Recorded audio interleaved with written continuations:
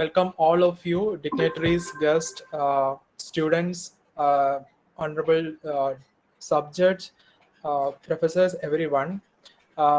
May I kindly invite Sri Lakshmi to compare our today's program, Probation Literacy Webinar. Sri Lakshmi, please. Thank you, Gino, sir. A very fine good evening to one and all. Hope you are all staying safe and healthy. Myself, Sri Lakshmi, co-convener Probation Reforms and Literacy Program, and also a final year LLB student from Government Law College, Thiruvananthapuram. Wholeheartedly welcome you all to today's session on probation in criminal justice system, which is very relevant in the proper administration of justice by following the restorative justice and reformative methodology in penal laws as prescribed by the Probation of Offenders Act. Before we commence the today's session, all the participants, please make sure that your mics are muted and none of you gets engaged in any kind of presentation while the class is going on for the smooth conduct of our session. So I would like to start the session with a quote by George Bernard Shaw. That is, if you are going to punish a man retributively, you must injure him. If you are going to reform him, you must improve him. And men are not improved by injuries. With this, we are starting today's program on probation reforms and literacy. Sunshine is a welcome thing. It brings a lot of brightness. For delivering that brightness, officially for delivering welcome address, I invite Sri Gibson Raj S, Probation Officer, District Probation Office, Thiruvananthapuram. I welcome you, sir. എല്ലാവർക്കും നമസ്കാരം.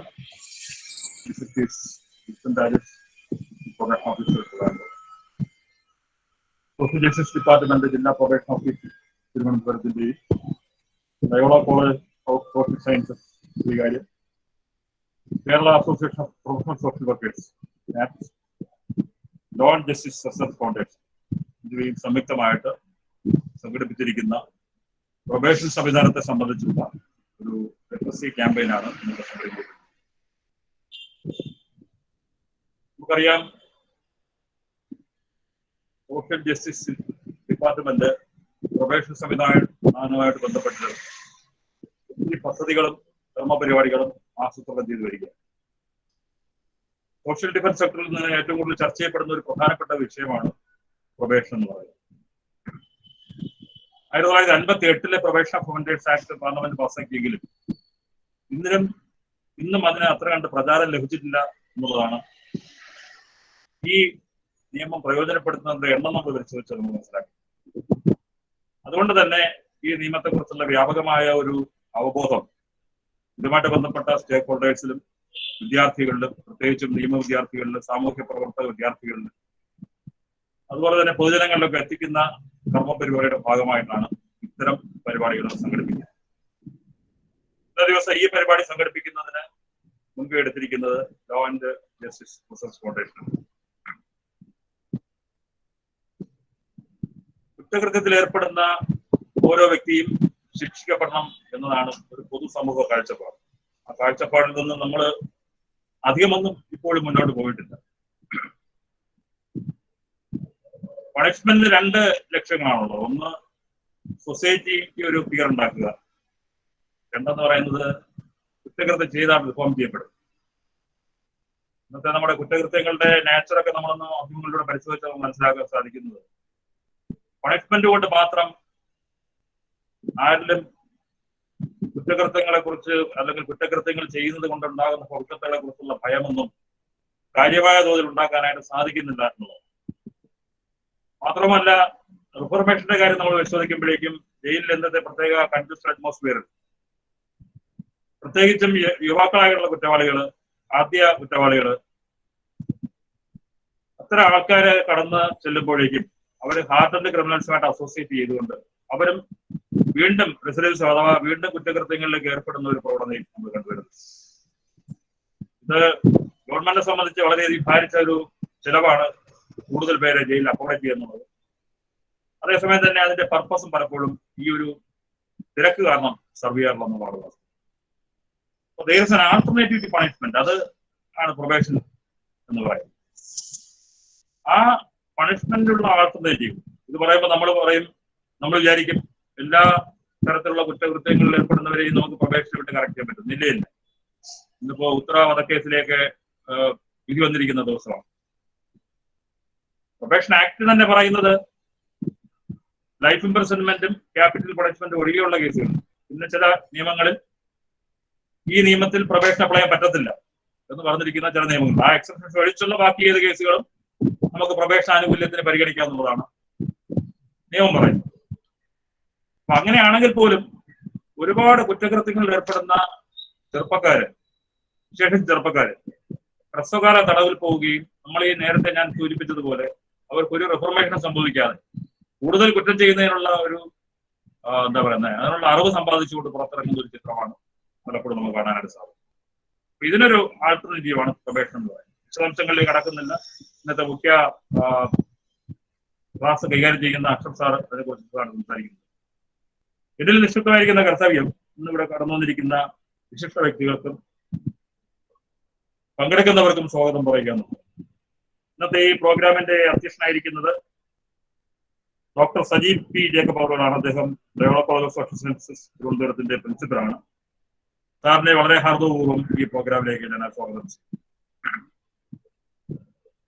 നമ്മുടെ ഈ പ്രോഗ്രാമിന്റെ inauguration നിർവഹിക്കാനായിട്ട് കടന്നു വന്നിരിക്കുന്നത് നമുക്ക് എല്ലാവർക്കും ഒരുപക്ഷെ അറിയാവുന്ന പ്രൊബേഷൻ സംവിധാനത്തിന്റെ ശാക്തീകരണത്തിന് വേണ്ടി ഒത്തിരി കർമ്മ പരിപാടികൾ ആസൂത്രണം ചെയ്യുകയും വളരെ ഡൈനാമിക് ആയിട്ട് അത്തരം പ്രവർത്തനങ്ങളിൽ ഇടപെടുകയും ചെയ്യുന്ന ഒരു മഹൽ വ്യക്തിത്വമാണ് നമ്മുടെ ജില്ലാ ലീഗൽ സർവീസ് അതോറിറ്റിയുടെ സെക്രട്ടറിയും ബഹുമാനപ്പെട്ട സബ് ജഡ്ജുമായിരിക്കുന്ന ജിബി മേഡം. ജിബി മേഡത്തിന്റെ പ്രവർത്തനങ്ങൾ വളരെ വ്യത്യസ്തമായ പ്രവർത്തനങ്ങൾ ഈ മേഖലയിൽ മാത്രമല്ല ലീഗൽ സർവീസ് അതോറിറ്റിയുടെ എല്ലാ കർമ്മ മേഖലകളിലും തനതായ ഒരു വ്യക്തിത്വത്തെ പതിപ്പിച്ച ഒരു മഹത് വ്യക്തിയാണ് ശ്രീമുള്ള. തീർച്ചയായിട്ടും മാഡം ഈ പ്രോഗ്രാം ഇനാഗറേറ്റ് ചെയ്യുന്നത് നമ്മുടെ എന്താ പറയുക പങ്കെടുക്കുന്നവർക്കൊരു പ്രേരക ശക്തിയാകുമെന്നുള്ള കാര്യത്തിന് യാതൊരു സംശയവും. കൃത്യസമയത്ത് തന്നെ നമ്മുടെ ഈ പ്രോഗ്രാമിൽ ജോയിൻ ചെയ്തിരിക്കുന്ന ജില്ലാ ലീഗൽ സർവീസ് അതോറിറ്റിയുടെ സെക്രട്ടറി സബ്ജക്റ്റുമായിരിക്കുന്ന ബഹുമാനപ്പെട്ട യുവ മേഡത്തെ വളരെ ആദരവോടുകൂടെ ഈ പ്രോഗ്രാമിലേക്ക് സ്വാഗതം ചെയ്യും. നമ്മുടെ ഈ പ്രോഗ്രാമിന്റെ പ്രധാനപ്പെട്ട സെഷൻ നിർവഹിക്കുന്നത് ശ്രീ അഷ്റഫ് കാവൽ സാറാണ്. അദ്ദേഹം ജില്ലാ സാമൂഹ്യനീതി ഓഫീസർ കോഴിക്കോട് ജില്ലയിൽ പ്രവർത്തിക്കുന്നു. പ്രൊബേഷൻ ഓഫീസറായി ദീർഘകാലം സേവനം അനുഷ്ഠിച്ചതിന് ശേഷം കഴിഞ്ഞ ചില മാസങ്ങൾക്ക് മുൻപ് ഡിസ്ട്രിക്ട് സോഷ്യൽ ജസ്റ്റിസ് ഓഫീസറായിട്ട് പ്രൊമോട്ട് ചെയ്തു പോയ വ്യക്തിയാണ് അദ്ദേഹം. ഈ പ്രൊബേഷൻ മേഖലയിൽ ഒരുപാട് ക്ലാസുകൾ കൈകാര്യം ചെയ്യുകയും വളരെ ഭംഗിയായ രീതിയിൽ ഈ പ്രൊബേഷൻ നിയമം ഇംപ്ലിമെന്റ് ചെയ്തും പരിചയമുള്ള അനുഭവസമ്പത്തുള്ള ഒരു വ്യക്തിയാണ് അദ്ദേഹം. സാറിനെ വളരെ ആദരവോടുകൂടെ ഈ പ്രോഗ്രാമിലേക്ക് സ്വാഗതം ചെയ്യും. ഈ പ്രോഗ്രാമിനെ ആശംസകൾ അർപ്പിച്ചുകൊണ്ട് സംസാരിക്കാനായിട്ട് വന്നിരിക്കുന്നത് ഡോക്ടർ ഐ വർഗീസ് കാപ്സിന്റെ ജനറൽ സെക്രട്ടറിയാണ്. അതുപോലെ തന്നെ father doctor Sabu P Thomas S J Loyola കോളേജിന്റെ വൈസ് പ്രിൻസിപ്പലാണ്. ഈ രണ്ടുപേരെയും വളരെ ആദരവോടുകൂടെ ഈ പ്രോഗ്രാമിലേക്ക് സ്വാഗതം ചെയ്യും. വോട്ട് ഓഫ് താങ്ക്സ് പറയാനായിട്ട് വന്നിരിക്കുന്ന മിസ് ബെനിറ്റ മാനുവൽ. അതുപോലെ തന്നെ ഞാൻ മനസ്സിലാക്കിയത് ശരിയാണെങ്കിൽ ഏകദേശം 250 അടുപ്പിച്ച് ഒരു 2 മണിക്ക് വിളിക്കുമ്പോൾ 200-ലധികം പേര് രജിസ്റ്റർ ചെയ്ത് പറഞ്ഞു. മേ ബി ഒരു 250 അടുപ്പിച്ചുള്ള പാർട്ടിസിപ്പൻസ് ഇതിനകത്ത് രജിസ്ട്രേഷൻ നടത്തിയിട്ടുണ്ട്. താമസിയാതെ അവരെല്ലാം ജോയിൻ ചെയ്ത് വിചാരിക്കുന്നു. ഇന്നത്തെ ഈ സെഷൻ ഏറ്റവും പ്രയോജനപ്രദമായി തീരട്ടെ എന്നും മാത്രം ആശംസിച്ചുകൊണ്ട് എല്ലാ ഭാവങ്ങളും ഈ പ്രോഗ്രാം നേർന്നുകൊണ്ട് എന്റെ വാർത്തകൾ കുറിക്കുന്നു. Thank you, sir. Academicians play a very significant role in widening our vision and also creating social good. So now I invite Dr. Sajib P. Jacob, sir, Principal, Loyola College of Social Sciences, Thiruvananthapuram, for delivering the presidential address. I welcome you, sir.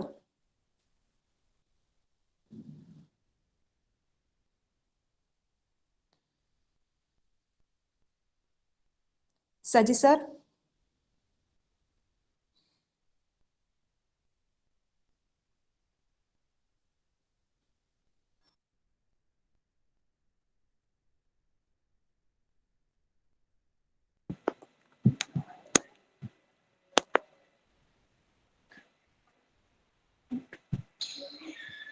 Good afternoon.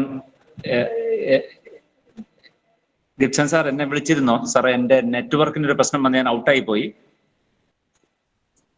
Sir വിളിച്ചിരുന്നു സംസാരിച്ചല്ലോ, സാറേ ഞാൻ വിളിച്ചിരുന്നു, okay okay. ഞാൻ കമ്പ്യൂട്ടറിൽ network disconnected ആയി. ഞാൻ അതുകൊണ്ട് മൊബൈലിലാണ് സംസാരിക്കുന്നത് കേട്ടോ. അതുകൊണ്ട് വീഡിയോ ഓൺ ആക്കാതെ. No problem sir, no. Is it my term to deliver the presidential address സമയമാണോ?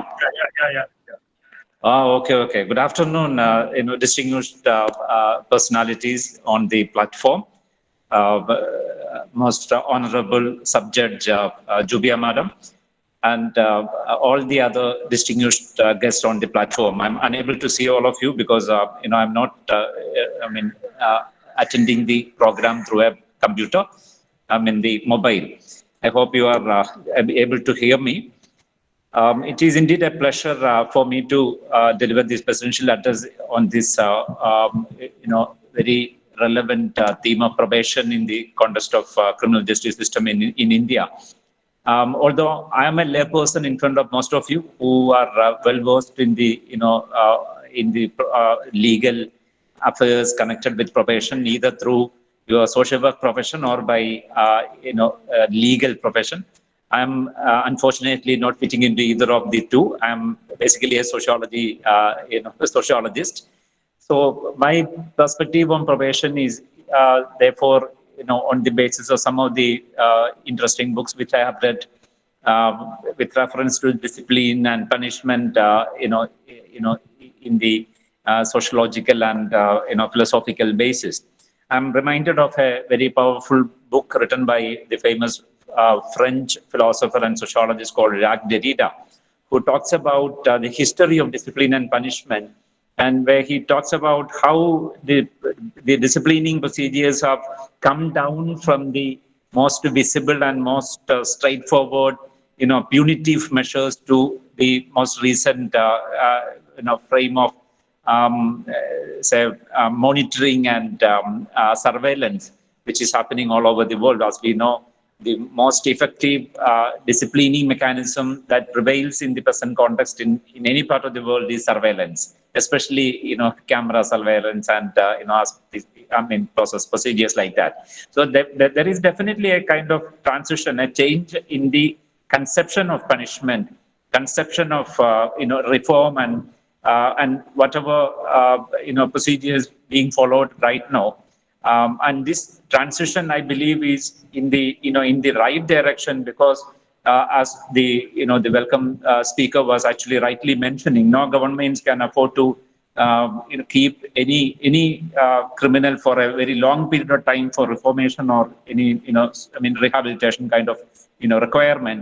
But obviously, more than that, what values more here is the fact that criminals are not people who are born with certain genetic characteristics or with any such personal features, which demands them to be kept under custody or kept in isolation from the rest of the society. Actually, in sociology also, we consider, the criminal behavior or, whatever illegal actions we commit as not necessarily out of any personality traits, but rather out of the social circumstances in which an individual is grown up and individual is exposed to.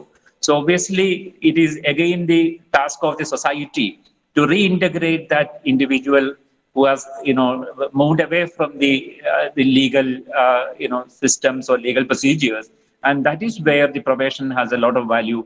And I'm sure that a webinar of this kind will definitely bring out more insights on the need of making this more effective and more fruitful, more meaningful in any society for that matter.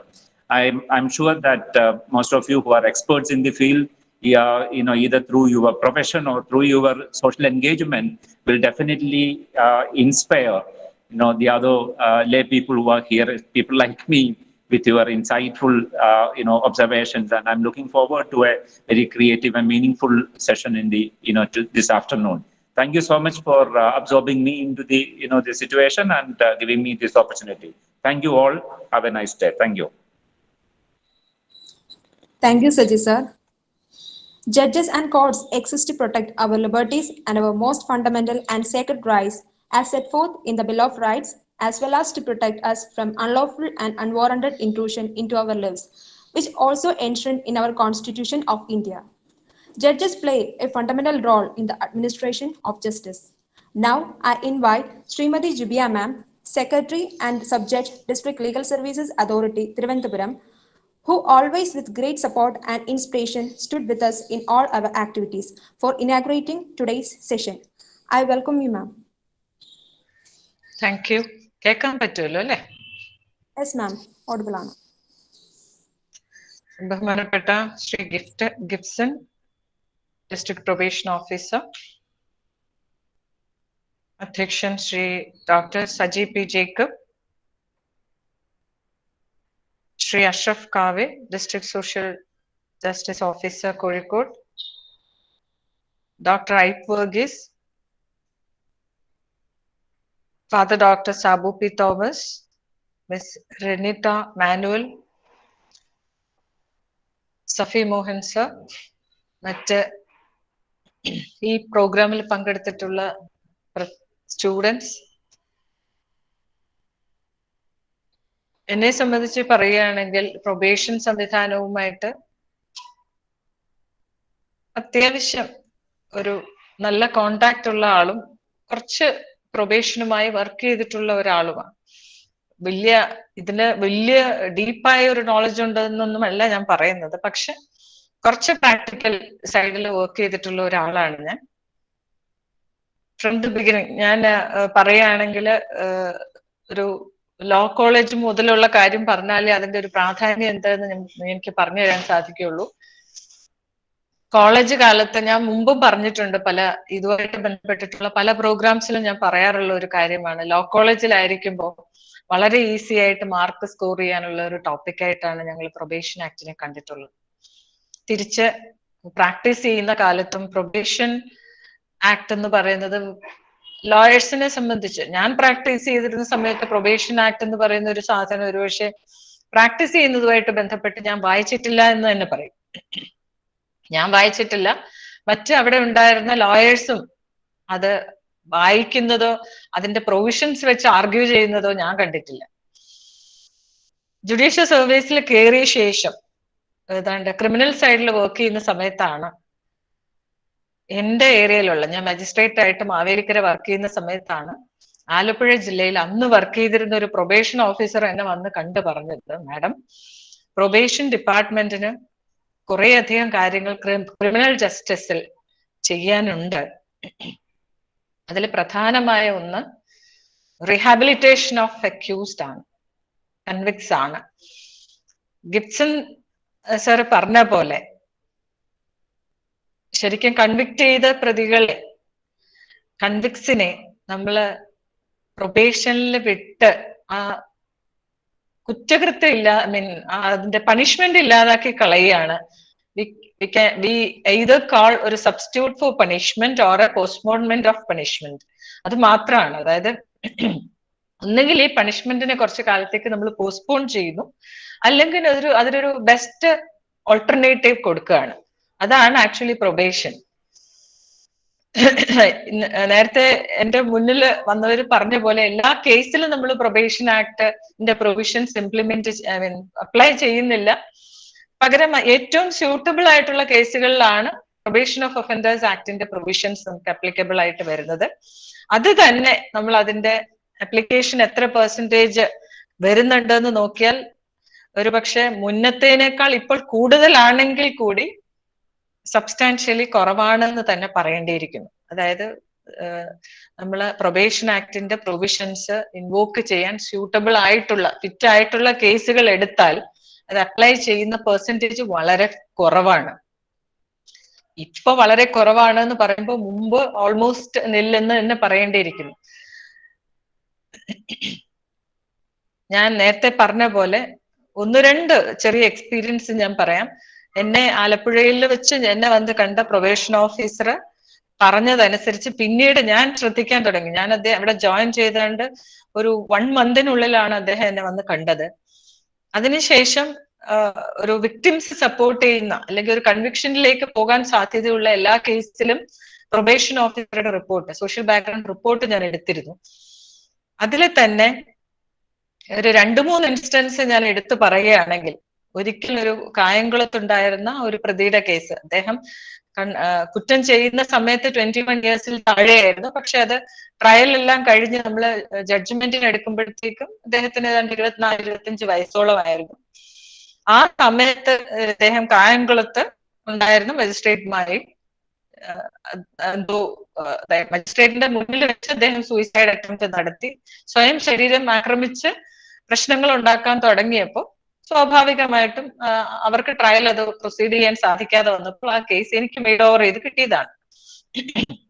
അതിനകത്തും ഞാൻ ഈ പറഞ്ഞ പോലെ social background report എടുത്ത് ആ പ്രതി കുറ്റക്കാരനാണെന്ന് കണ്ടതിന് ശേഷം ഞാൻ അത് ഓപ്പൺ ചെയ്തപ്പോഴാണ് എനിക്ക് മനസ്സിലായത്, ഒന്ന്, ടു ബി ഫ്രാങ്ക്, ആ പെർട്ടിക്കുലർ കേസ് അല്ലെങ്കിൽ അദ്ദേഹത്തിന്റെ സോഷ്യൽ ബാക്ക്ഗ്രൗണ്ട് വെച്ചിട്ട് നമുക്ക് ആ കേസ് പ്രൊബേഷൻ ആക്ടിന്റെ പ്രൊവിഷൻസ് ഇൻവോക്ക് ചെയ്യാൻ പര്യാപ്തമായിരുന്നില്ല. പക്ഷെ എനിക്ക് തോന്നിയത് ഒരു പക്ഷെ ഫസ്റ്റ് ഒഫൻഡർ ആയിട്ട് ഒരു കേസിൽ അദ്ദേഹം വന്ന സമയത്ത് അത് ഇൻവോക്ക് ചെയ്തിരുന്നെങ്കിൽ റിഫോർമേഷൻ വളരെ കാര്യമായി സാധ്യമായിരുന്ന ഒരു കേസായിരുന്നു. വളരെ സ്റ്റുഡിയസ് ആയിട്ടുള്ള ഒരു പയ്യൻ കോളേജിൽ പഠിച്ചിരുന്ന സമയത്ത്, അതായത് കോളേജിലേക്ക് എൻട്രി ചെയ്ത സമയത്താണ് ഒരു കുറ്റകൃത്യത്തിൽ പെട്ട്, ഒരു ബ്രോക്കൺ പെട്ട് തുടർന്ന് ട്രയൽ ഫേസ് ചെയ്ത് കൺവിക്ഷനായി. അതിന് ആ കൺവിക്ഷനും ആ ട്രയലിന്റെ ഇടയ്ക്കുണ്ടായിരുന്ന കുറേയധികം കുറ്റകൃത്യങ്ങളിൽപ്പെട്ട് ഒരു ക്രിമിനലായി മാറിയ ഒരു പയ്യനായിരുന്നു അത്. അപ്പോ എന്റെ മുന്നിലുള്ള കേസ് താരതമ്യമെങ്കിലും ഇൻവോൾവ് ആയിരിക്കും കുറെ ഹീനിയസ് ക്രൈംസ് ആയിരുന്നു.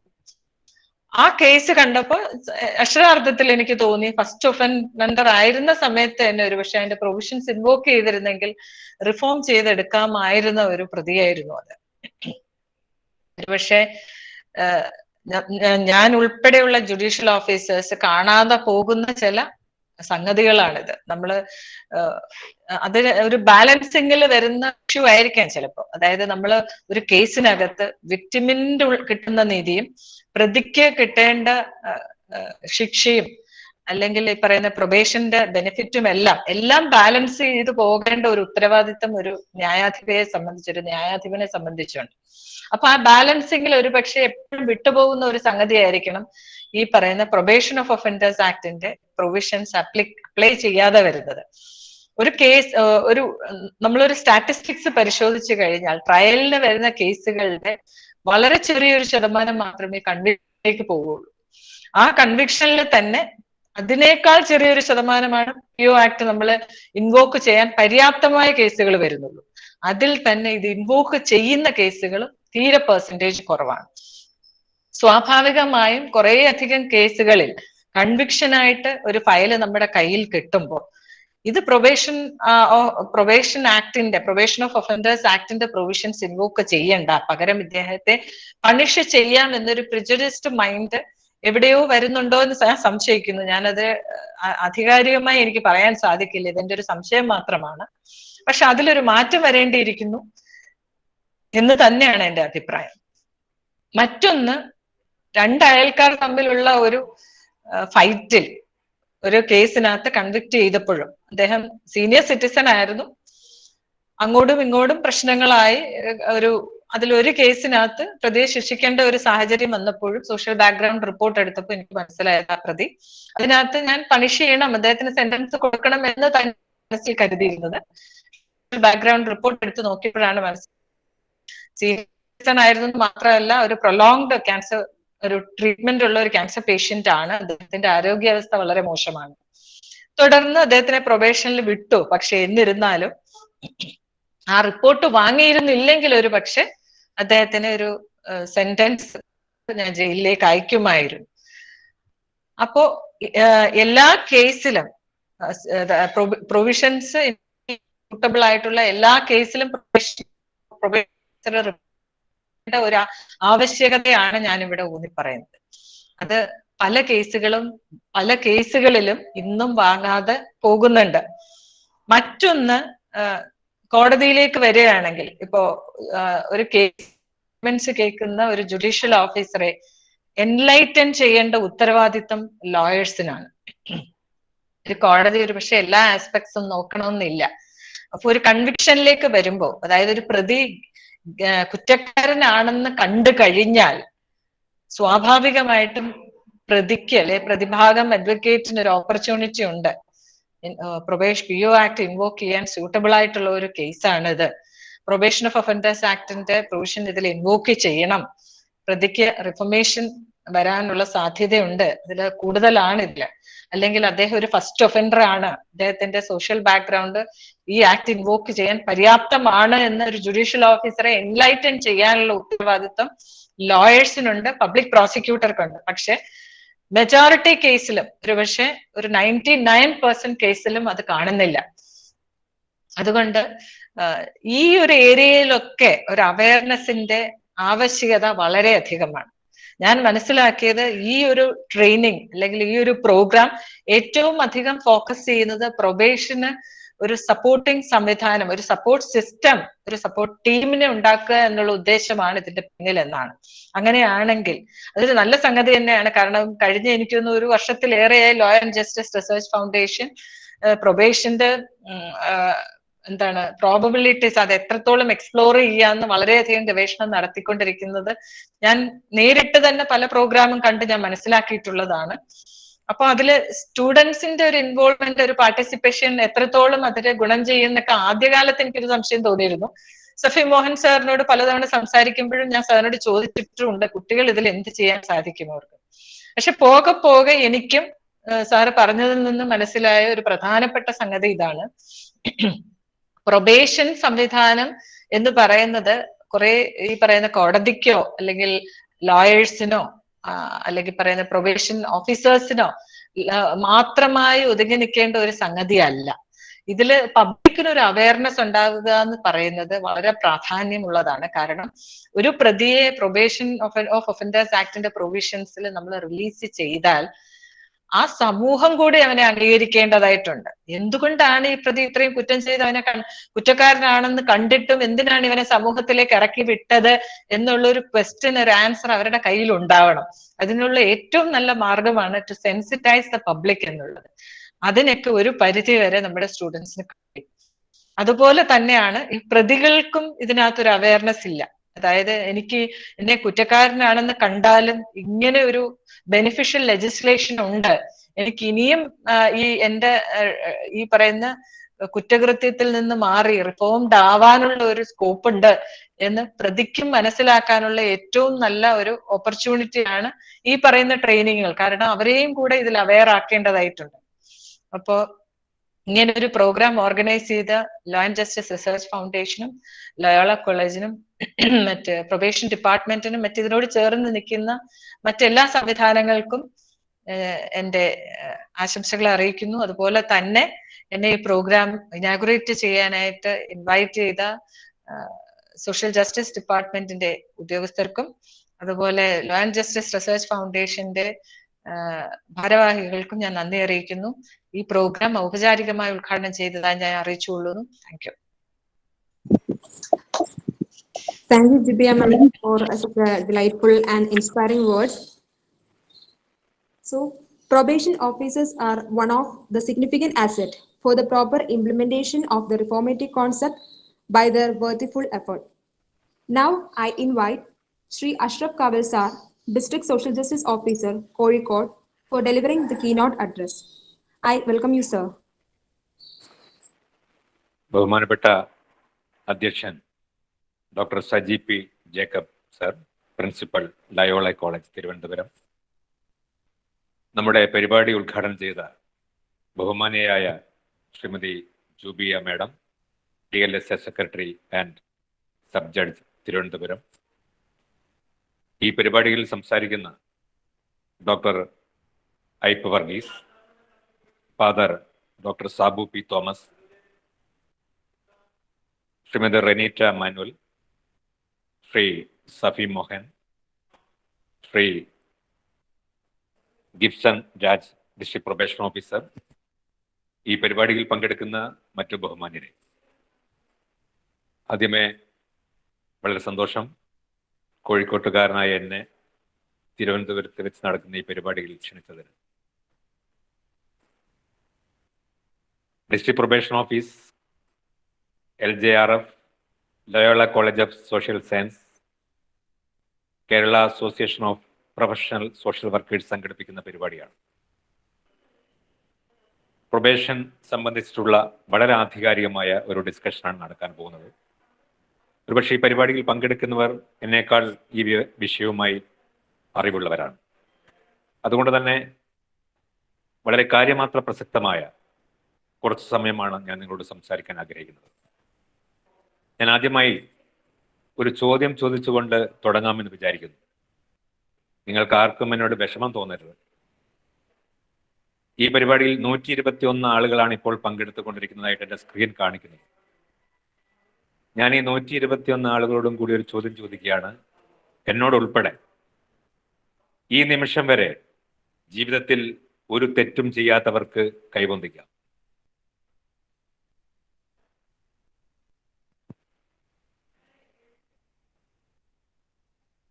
ജീവിതത്തിൽ നമ്മൾ ഈ പരിപാടിയിൽ പങ്കെടുക്കുന്ന ഈ നിമിഷം വരെ ജീവിതത്തിൽ ഒരു തെറ്റും ഒരു കുറ്റവും ചെയ്യാത്തവർക്ക് കൈവന്തിക്കാം.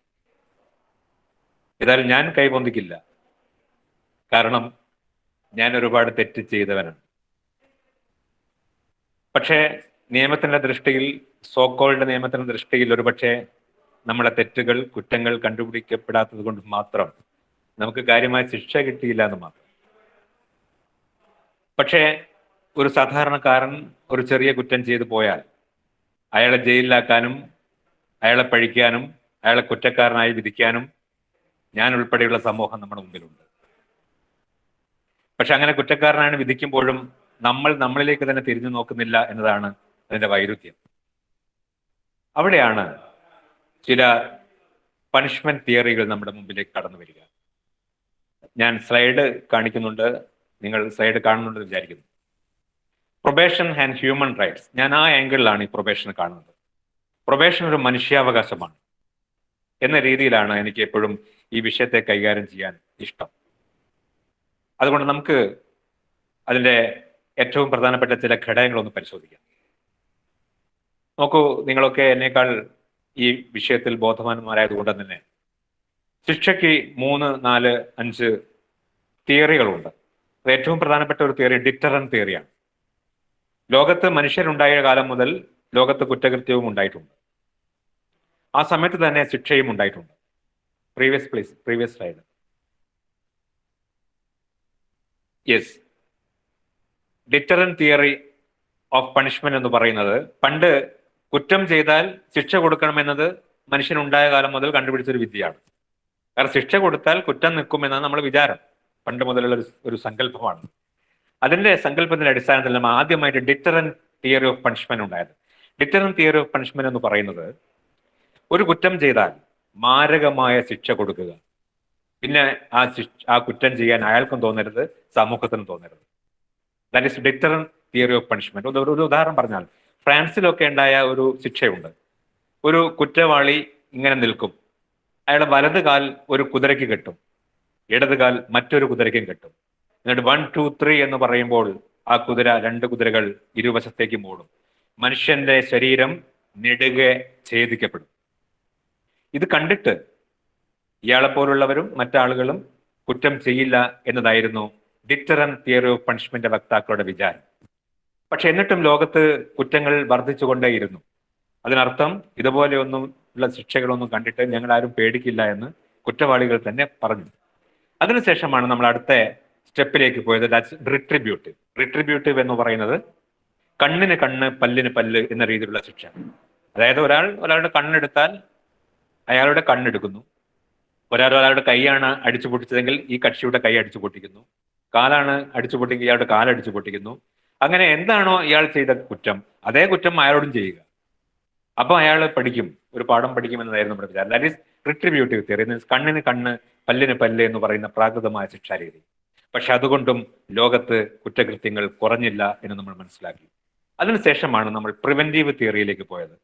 പ്രിവെന്റീവ് എന്ന് പറയുന്നത് ഒരർത്ഥത്തിൽ നമുക്ക് ഒരു കുറ്റവാളിയെ കുറ്റം ചെയ്തതിന് തടയുക. ഒരു ഉദാഹരണത്തിന് നമുക്കറിയാം, കേരളത്തിൽ തന്നെ ഞെട്ടിച്ച ഒരു പരമ്പര ഉണ്ടായിരുന്നു, റിപ്പർ ചന്ദ്രൻ കൊലപാതക പരമ്പര.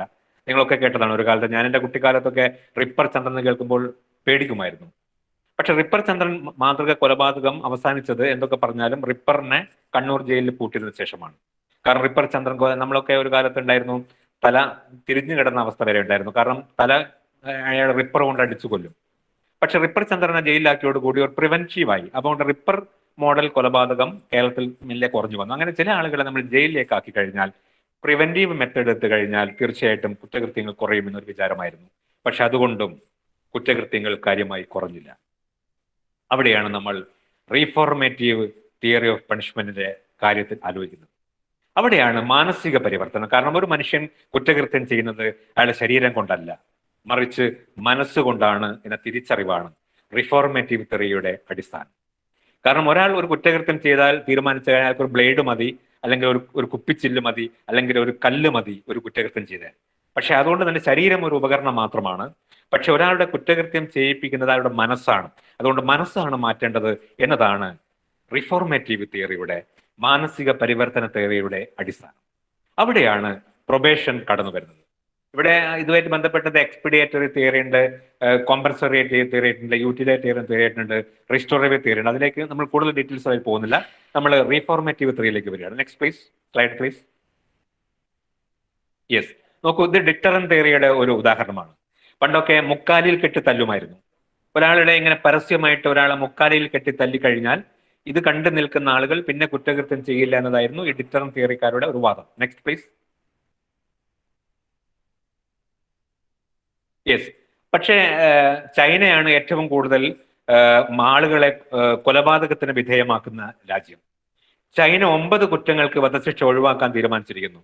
അതായത് അവിടെ ഈ വധശിക്ഷ കൊടുത്തത് കൊണ്ട്, ഡിറ്ററൻ പണിഷ്മെന്റ് കൊടുത്തത് കൊണ്ട് ചൈനയിൽ കുറ്റകൃത്യങ്ങൾ കുറഞ്ഞില്ല എന്ന് ആ രാജ്യം മനസ്സിലാക്കുകയാണ്. അതുകൊണ്ട് അവിടെ വധശിക്ഷ തന്നെ ഇനി ചില കുറ്റകൃത്യങ്ങൾക്ക് ഒഴിവാക്കിക്കൊണ്ടിരിക്കുകയാണ്. പ്രത്യേകിച്ച് ചില കുറ്റകൃത്യങ്ങൾ അവർ തെരഞ്ഞെടുത്തിട്ട് വധശിക്ഷ കൊണ്ട് അവിടെ കുറ്റകൃത്യങ്ങൾ കുറയുന്നില്ല എന്ന് കണ്ടതുകൊണ്ട് വധശിക്ഷ കുറയ്ക്കാൻ വേണ്ടി ആ രാജ്യം തീരുമാനിക്കുകയാണ്. ഡിറ്ററൻ തിയറി പണിഷ്മെന്റിന്റെ അത്ര ഫലപ്രദമല്ലെന്ന് കാണുകയാണ് ആ രാജ്യം. Next please.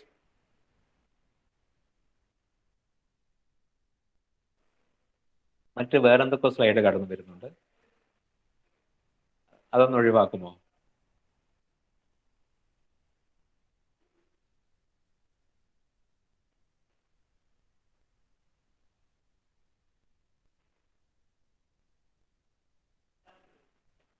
എൻ്റെ സ്ലൈഡിന്റെ പ്രസന്റേഷൻ അല്ലാതെ മറ്റ് ഒരു സ്ലൈഡ് അവിടെ വന്നിട്ടുണ്ട്.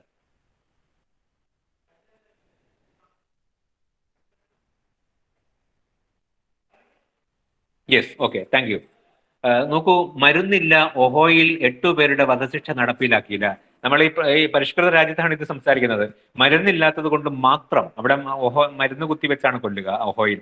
അവിടെ മരുന്നില്ലാത്തത് കൊണ്ട് മാത്രം 8 പേരുടെ ജീവൻ കുറച്ചു കാലത്തേക്ക് നീട്ടിക്കിട്ടി എന്ന വാർത്ത വളരെ വൈരുദ്ധ്യമാണ് ഈ പരിഷ്കൃത രാജ്യത്ത്. Next please.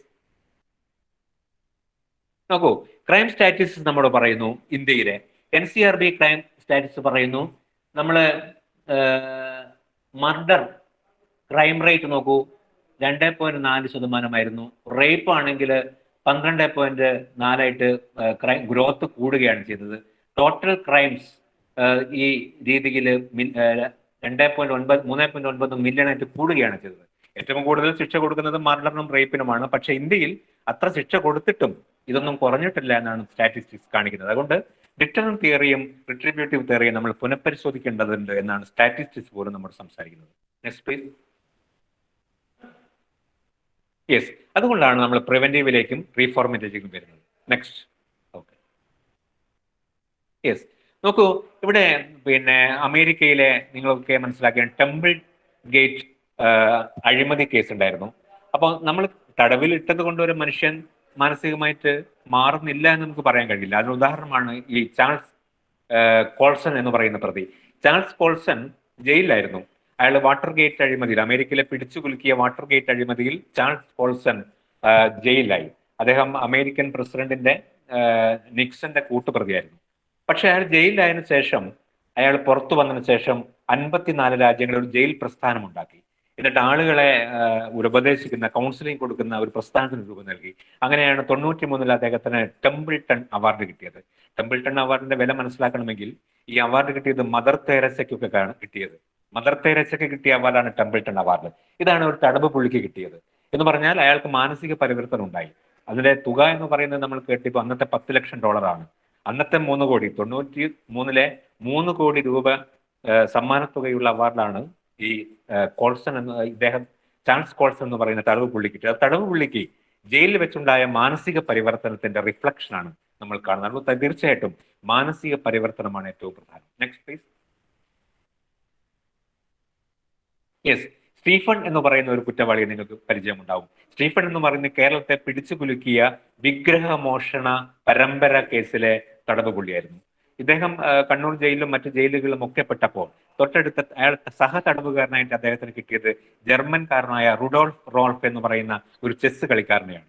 അദ്ദേഹത്തിൽ നിന്ന് ചെസ് കളി പഠിച്ച് പിന്നീട് ജയിൽ ശിക്ഷ കഴിഞ്ഞ് പുറത്തിറങ്ങിയപ്പോൾ ഈ സ്റ്റീഫൻ എന്ന് പറയുന്ന ഈ പ്രതി, ഈ തടവ് പുള്ളി പിന്നീട് വലിയൊരു ചെസ് കളിക്കാരനാകുകയും കേരളത്തിലെ തന്നെ ഏറ്റവും നല്ല ചെസ് പ്രതിഭയ്ക്കുള്ള അവാർഡ് വാങ്ങുകയും ചെയ്തു. സ്റ്റീഫൻ എന്ന് പറയുന്നത് വിഗ്രഹമോഷ്ടാവിൽ നിന്ന് ചെസ് കളിക്കാരനേക്കുള്ള ഒരു റീഫോർമേഷൻ നമ്മൾ കാണുന്നത്. അതുകൊണ്ട് മനസ്സാണ് ഏറ്റവും വലിയ മാധ്യമം റീഫോർമേഷൻ്റെത് എന്ന് നമ്മൾ തിരിച്ചറിയാൻ വേണ്ടിയാണ് ഞാൻ ഈ 2 ഉദാഹരണങ്ങൾ നമ്മളോട് പറഞ്ഞത്. Next please.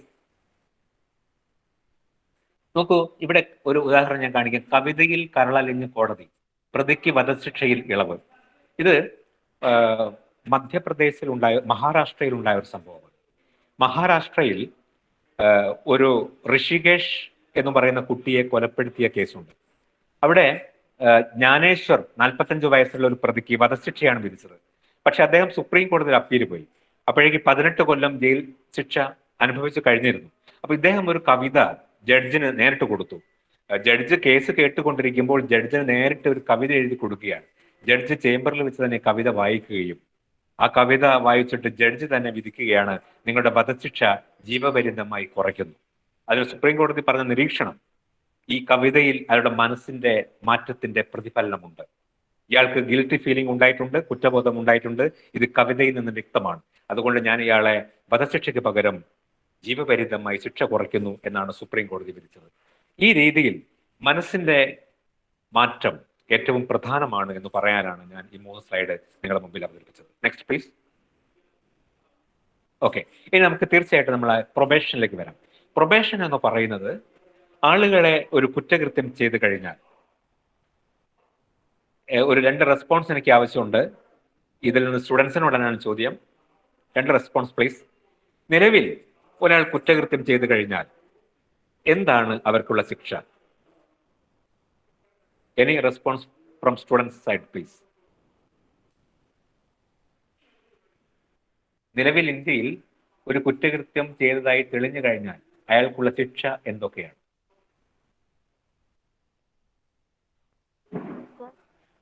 Yes please. Yes, കേൾക്കാം. ഇംപ്രിസൺമെന്റ് ഉണ്ട്. ഓക്കെ. ഫൈൻ ഉണ്ട്. യെസ്. പ്രോപ്പർട്ടി അറ്റാച്ച് ചെയ്യുന്നതുണ്ട്. യെസ്. അതല്ലേ? Okay okay, thank you. Safeela ആണ് പറഞ്ഞു തോന്നുന്നു. റിഗറസും ഉണ്ട്, സിമ്പിളും ഉണ്ട്. Yes yes, rigorous, simple, imprisonment. Okay, 2000 imprisonment തന്നെ. Okay, any other? Okay, thank you. നോക്കൂ, ഇത് തന്നെയാണ് സാധാരണ പബ്ലിക് നമ്മോട് പറയുക. ഡെത്ത് പെനാൽറ്റി, ശൂന്യ കാപ്പുമ്മൽ പറഞ്ഞു, death penalty, imprisonment, fine, property attachment, ഇത് തന്നെയാണ് പബ്ലിക്കും പറയുക. ഇനി അത് പറയരുത്. കാരണം ഇനി മുതൽ നമ്മുടെ മുമ്പിൽ മറ്റൊരു ഓപ്ഷൻ ഉണ്ട് എന്ന് നമ്മൾ പൊതുസമൂഹത്തോട് പറയണം. That is probation. ഒരാൾ ജയിൽ ശിക്ഷ കിട്ടാവുന്ന കുറ്റകൃത്യമാണെങ്കിൽ പോലും അവരുടെ ശിക്ഷ മാറ്റിവെക്കാൻ നിയമം അനുവദിക്കുന്ന സംവിധാനമാണ് പ്രൊബേഷൻ. Next please. ഇതാണ് പ്രൊബേഷന്റെ ഏറ്റവും വലിയ അടിസ്ഥാനശില. Not a let off. Probation എന്ന് പറയുന്നത് ഒരു വെറുതെ വിടലല്ല.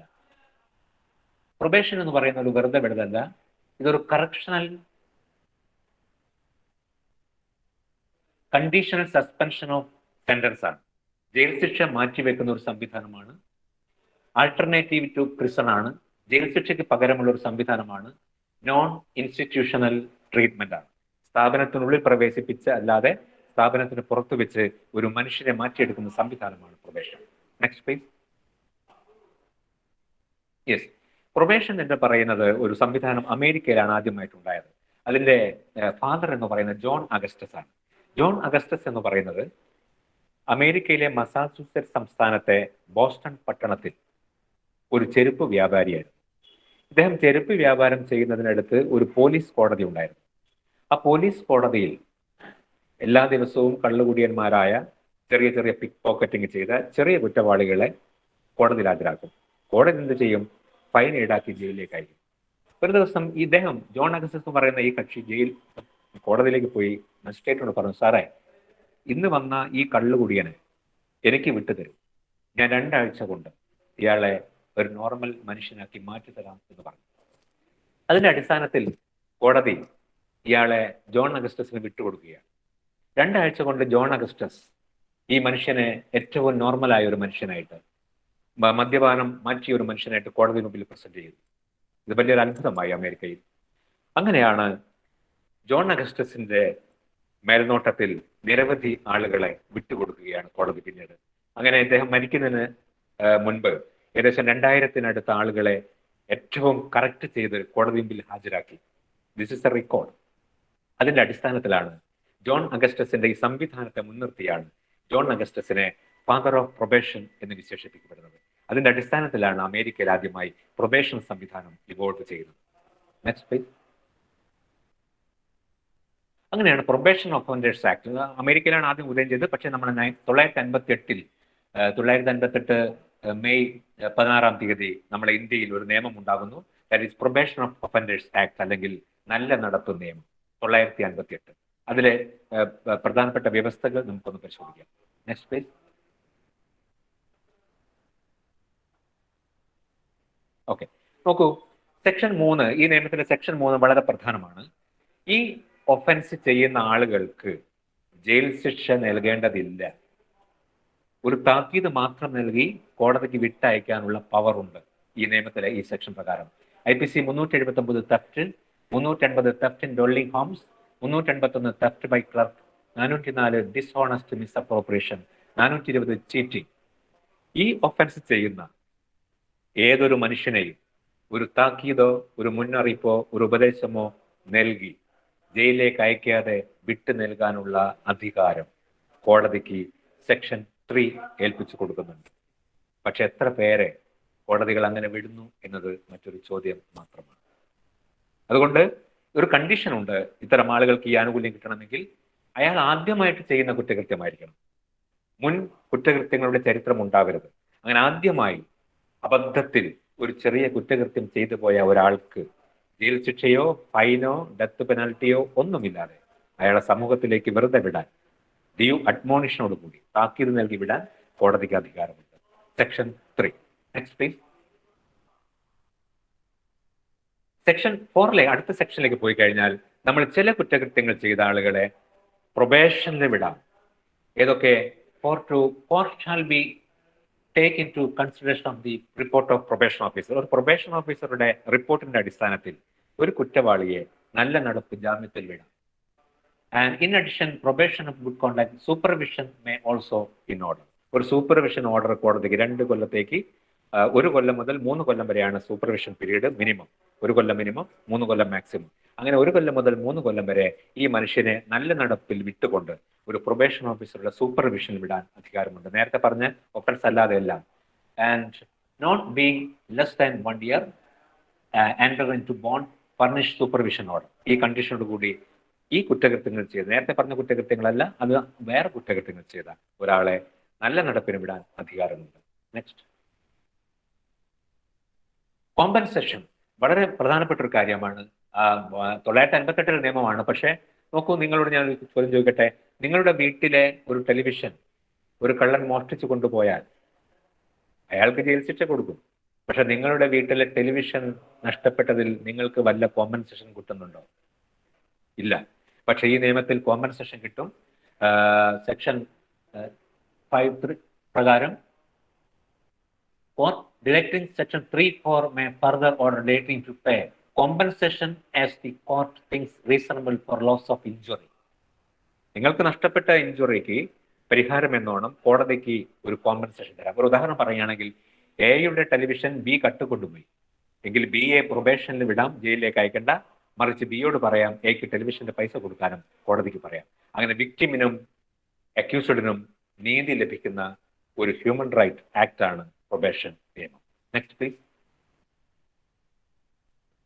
Restriction of imprisonment of offenders under 21 years ഏറ്റവും പ്രധാനപ്പെട്ട കാര്യമാണ്. 21 വയസ്സിന് താഴെയുള്ള ഏതൊരു മനുഷ്യനും ഒരു കുറ്റകൃത്യം ചെയ്താൽ അതിന്റെ ജഡ്ജ്മെന്റ് എഴുതുന്നതിന് മുൻപ് പ്രൊബേഷൻ ഓഫീസറുടെ റിപ്പോർട്ട് ചോദിച്ചിരിക്കണം. അങ്ങനെ ചോദിച്ചതിന് ശേഷം മാത്രമേ കോടതി 21 വയസ്സിന് താഴെയുള്ള കുറ്റവാളിയെ ജയിലിലേക്ക് അയക്കാവൂ എന്നാണ് ഈ section 6 of probation of act പറയുന്നത്.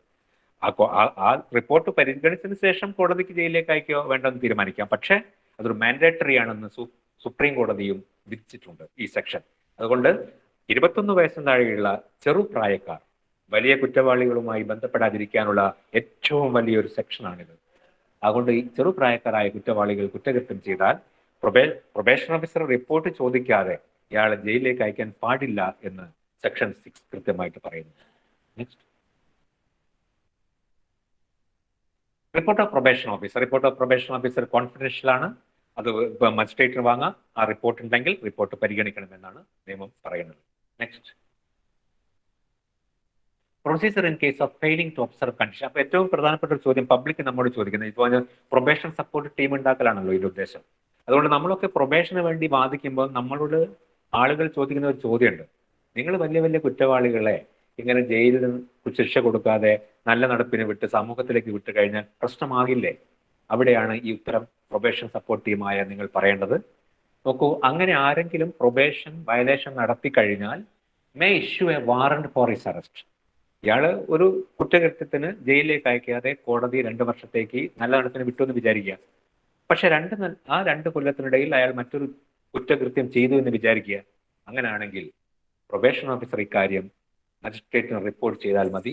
മജിസ്ട്രേറ്റ് ഒരു വാറന്റ് ഇഷ്യൂ ചെയ്യും ആൻഡ് സമൻസ് പുറപ്പെടുവിക്കും. അതിനുശേഷം ആ കുറ്റകൃത്യത്തിന് എന്തായിരുന്നു യഥാർത്ഥ ശിക്ഷ കിട്ടേണ്ടത് ആ ശിക്ഷ വാങ്ങിക്കൊടുക്കുകയും ചെയ്യും. ഞാൻ നേരത്തെ പറഞ്ഞ പോലെ it is A conditional suspension of sentence ആണ്. നേരത്തെ മാറ്റിവെച്ച പണിഷ്മെന്റ് ഇപ്പോൾ അത് വാങ്ങിക്കൊടുക്കും. അതുകൊണ്ട് പ്രൊബേഷൻ സപ്പോർട്ട് ടീം എന്ന നിലയ്ക്ക് നിങ്ങൾ സ്റ്റുഡൻസ് പബ്ലിക്കിനോട് പറയാനുള്ളത്, ഒരാളെ പ്രൊബേഷന് വിട്ടു എന്ന് വിചാരിച്ചത് കൊണ്ട് അയാൾ വീണ്ടും കുറ്റകൃത്യം ചെയ്താൽ നമ്മൾ തിരിച്ച് ജയിലിലേക്ക് ആക്കാനുള്ള പ്രൊവിഷൻ ഇതിൽ തന്നെ ഉണ്ട് എന്നാണ് പറയേണ്ടത്. അല്ലാതെ ഒരു കുറ്റകൃത്യവാളിയെ നമ്മൾ പ്രോത്സാഹിപ്പിക്കുന്നില്ല എന്ന് കൂടി നമ്മൾ പറയേണ്ടതുണ്ട്. Next please. Next please.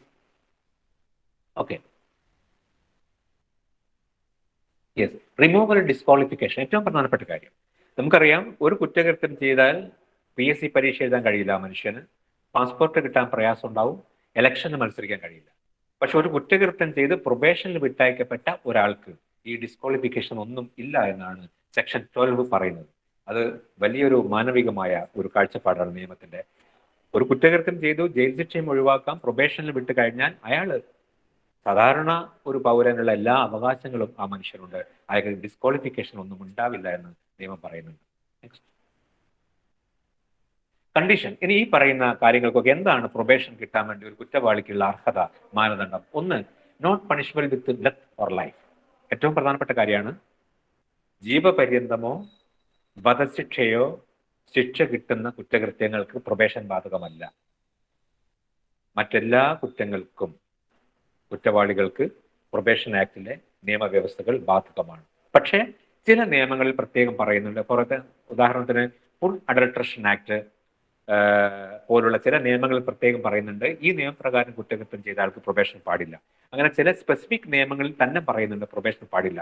അത്തരം നിയമങ്ങളിൽ പ്രകാരമുള്ള കുറ്റവാളികൾക്കും ജീവപര്യന്തമോ വധശിക്ഷയോ ശിക്ഷയായി കിട്ടുന്ന കുറ്റകൃത്യങ്ങൾക്കും ഒഴികെയുള്ള എല്ലാ കുറ്റകൃത്യങ്ങൾക്കും ഒരു മനുഷ്യന് പ്രൊബേഷൻ ആക്ടിലെ വ്യവസ്ഥകൾ ബാധകമാണ്, ആനുകൂല്യം കിട്ടും. സർക്കംസ്റ്റാൻസസ് ഓഫ് ദ കേസിന്റെ സർക്കംസ്റ്റാൻസസ് പരിശോധിക്കും, ക്യാരക്ടർ ഓഫ് ദ ഒഫൻഡർ പരിശോധിക്കും, ഈ മനുഷ്യന്റെ സ്വഭാവം പരിശോധിക്കും, ഫിക്സഡ് പ്ലേസ് ഓഫ് അബോർഡ്, ഇവൻ താമസിക്കാൻ സ്ഥലമുണ്ടോ വീടുണ്ടോ എന്ന് പരിശോധിക്കും കോടതി, റെഗുലർ ഓക്കുപ്പേഷൻ ജീവിത സാഹചര്യം ഉണ്ടോ, ഇവന് പുനരധിവാസത്തിന് സാധ്യതയുണ്ടോ എന്നൊക്കെ കണക്കിലെടുത്താണ് ഒരു മനുഷ്യനെ, ഒരു കുറ്റവാളിയെ പ്രൊബേഷൻ ആനുകൂല്യം കോടതി കൊടുക്കുക. നെക്സ്റ്റ്, ഇതാ നോക്കൂ നിങ്ങൾ, ഞാനാണ് ഇത് കാണിക്കാൻ കാരണം നൃത്തച്ചുവടുകളുമായി ഒരു കട കുത്തി തുറക്കാമെന്ന് അറിയാൻ ഈ കുറ്റവാളിയുടെ ക്യാരക്ടർ പറയുന്നതിനെ അത് പറയുക. കാരണം ചില നമ്മളൊക്കെ വിചാരിക്കും ഇവരൊക്കെ ടെൻഷൻ കൊണ്ടാണ് ഈ കുറ്റകൃത്യം. അല്ല, ആളുകൾ എൻജോയ് ചെയ്തിട്ടാണ് ചില കുറ്റകൃത്യങ്ങളൊക്കെ ചെയ്യാനുള്ള ഉദാഹരണമാണിത്. ഇയാൾ ഡാൻസ് ചെയ്തിട്ട് പിന്നെ കട കുത്തി തുറക്കാമെന്ന CCTV ചിത്രമാണ്. അതുകൊണ്ട് ആളുകളൊക്കെ വളരെ എൻജോയ് ചെയ്തിട്ടാണ് ഓരോരോ ക്യാരക്ടർ ഓഫ് ദ ഒഫൻഡറാണ്, കുറ്റവാളിയുടെ ഒഫൻഡറുടെ ക്യാരക്ടറാണ്. ഇങ്ങനത്തെ തങ്കപ്പെട്ട മനസ്സുള്ള നർത്തകരായ കുറ്റവാളികളാണ് ചില കുറ്റകൃത്യങ്ങൾ ചെയ്യുന്നത്. അതുകൊണ്ട് അത്ര തങ്കപ്പെട്ട മനസ്സാണ് അവരെ തീർച്ചയായിട്ടും നമുക്ക് മാറ്റാൻ കഴിയുമെന്നാണ് ഈ സ്ലൈഡ് കാണിക്കുന്നത്. Next please. മാപ്പപേക്ഷയുമായി മോഷണം മുതൽ തിരികെ കൊണ്ടുവച്ച് കള്ളൻ. നോക്കൂ, ഒരു കള്ളൻ എടുത്തുകൊണ്ടുപോയി സാധനങ്ങളൊക്കെ ഒരു വീട്ടമ്മ എടുത്ത് ആ തൊട്ടടുത്ത ദിവസം തന്നെ ഒരു മാപ്പപേക്ഷ, മാപ്പ് ഇതാരോടും പറയരുത് എന്ന് പറഞ്ഞു കള്ളൻ തന്നെ മാപ്പപേക്ഷ എഴുതി വെച്ച ചരിത്രം കേരളത്തിൽ ഉണ്ടായിട്ടുണ്ട്. അതുകൊണ്ട് കള്ളന്മാരുടെ ഇടയിൽ തന്നെ ഗിൽട്ട് ഫീലിംഗ്, കുറ്റബോധം ഉണ്ടാകുന്നു എന്നതിന്റെ ഒരു ഉദാഹരണമായി ഞാനിത് കാണിച്ചതാണ്. Next please. ഇത്തരം ആളുകളെയാണ് നമ്മൾ പ്രൊബേഷൻ വിടുക. ഇനി ബെനിഫിറ്റ്സ് ഓഫ് പ്രൊബേഷൻ. എന്താണ് ബെനിഫിറ്റ്സ് ഓഫ് പ്രൊബേഷൻ? തീർച്ചയായിട്ടും നമ്മൾക്ക് കാണാൻ കഴിയും chance for reformation, reintegration, reassociation. തീർച്ചയായിട്ടും ജയിലിൽ പോയി കഴിഞ്ഞാൽ അയാൾക്ക് റീ അസോസിയേഷൻ, റീഫോർമേഷനുള്ള ചാൻസ് കുറവാണ്. പക്ഷേ പ്രൊബേഷൻ വിട്ട ഒരാൾക്ക് റിഫോർമേഷനും റീഇൻറ്റഗ്രേഷനും സോഷ്യലൈസേഷനുമുള്ള ചാൻസ് കൂടുതലാണ്. ഫാമിലി ആൻഡ് സോഷ്യൽ ലൈഫ്, അയാൾക്ക് കുടുംബജീവിതം, സാമൂഹ്യ ജീവിതം ഒന്നിച്ച് കൊണ്ടുപോകാൻ കഴിയും. No stigma of criminal labelling, jail പുള്ളിയാണെന്നുള്ള മുദ്രകുത്തലില്ല. അങ്ങനെ ഒരു സ്റ്റിഗ്മ അയാൾക്ക് ഒഴിവായി കിട്ടും. Previous association with hard and criminal, ജയിലിൽ പോയാൽ ഒരു ചെറിയ അടക്ക മോഷ്ടിച്ചായിരിക്കും ഇവിടുന്ന് പോവുക. പക്ഷേ കണ്ണൂർ സെൻട്രൽ ജയിലിൽ പോയി കഴിഞ്ഞാൽ വലിയ മോഷ്ടാവിന്റെ കൂടെയാണ് അന്തി ഉറങ്ങേണ്ടി വരിക. അയാൾ തിരിച്ചു വരുമ്പോഴേക്ക് ഒരു ബോൺ ക്രിമിനലായിട്ട് മാറിക്കഴിയും. അത് ഒഴിവാക്കാൻ വേണ്ടി, മാരകമായ കുറ്റവാളികളുമായുള്ള ബന്ധം ഒഴിവാക്കാൻ വേണ്ടി നമുക്ക് പ്രൊബേഷൻ സഹായിക്കും. ദെൻ നോ ഡിസ്ക്വാളിഫിക്കേഷൻ ഇല്ല എന്നാണ് മറ്റൊരു പ്രധാനപ്പെട്ട കാര്യം. Next please. യെസ്, നോക്കൂ, ഇതൊരു ടിപ്പിക്കൽ എക്സാമ്പിൾ ആണ്. കോഴിക്കോട്ട് നിന്നടുത്താണ് 4 മാസത്തിനിടയിലെ 30 വീടുകളിൽ കവർച്ച, 4 പേർ അറസ്റ്റിൽ. കോഴിക്കോട്ടെ സംഗതിയാണ്. നമുക്ക് താഴത്തെ വാർത്ത കാണാൻ കഴിയും. കവർച്ച സംഘം പിറവിയെടുത്തത് ജയിലിൽ.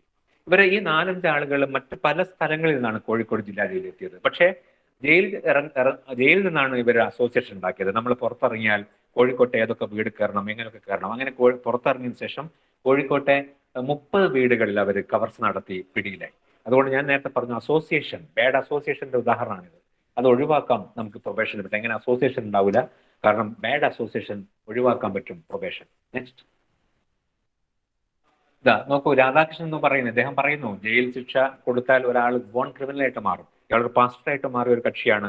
ഇയാൾ പറയുന്നു ജയിലിലേക്ക് ദയവ് ചെയ്ത് പലരെയും അയക്കാതിരിക്കൂ, നിങ്ങൾ ആളുകളെ സമൂഹത്തിലേക്ക് വിടുന്ന പ്രൊബേഷനെ കുറിച്ച് ആലോചിക്കൂ. കാരണം അദ്ദേഹം പറയുന്നു വലിയ വലിയ കുറ്റവാളികളുമായി ബന്ധപ്പെടാനാണ് ജയിൽ ശിക്ഷ സഹായിക്കുക എന്ന് അദ്ദേഹം ഉണ്ണികൃഷ്ണൻ നമ്മോട് പത്രം വഴി പറഞ്ഞിട്ടുണ്ട്. അതുകൊണ്ട് തീർച്ചയായിട്ടും പ്രൊബേഷൻ ആ ഒരു രീതിയിൽ സഹായിക്കും. നെക്സ്റ്റ്. ബെനിഫിറ്റ്സ്. നമുക്ക് benefits prevents of over crowd in jail, cost effective ആണ്. ജയിലിലെ ഓവർ ക്രൗഡിങ്, നമ്മുടെ ജയിലുകളിലൊക്കെ നിറഞ്ഞു കവിയുകയാണ്. 6841 ആളുകളെ പ്രവേശിപ്പിക്കാൻ സൗകര്യമുള്ള ജയിലുകൾ 7500 ആളുകൾ അടുത്താണ് നമ്മളെ കേരളത്തിലെ ജയിലുകൾ കഴിയുന്നത്. ഓവർ ക്രൗഡിംഗ് ആണ്. അതിൻ്റെതായ ലോ ആൻഡ് ഓർഡർ പ്രോബ്ലം ഉണ്ട്.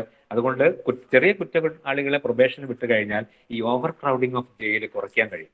അവിടെ ചെറിയ ചെറിയ ആളുകളെ പുറത്തേക്കും വലിയ വലിയ കുറ്റകൃത്യം ചെയ്യുന്നവരെ ജയിലിലേക്ക് ഇട്ടുകാൻ ജയിലുകളുടെ ഓവർ പോപ്പുലേഷൻ കുറയ്ക്കാം, ജയിലിന്റെ കോസ്റ്റ് കുറയ്ക്കാം.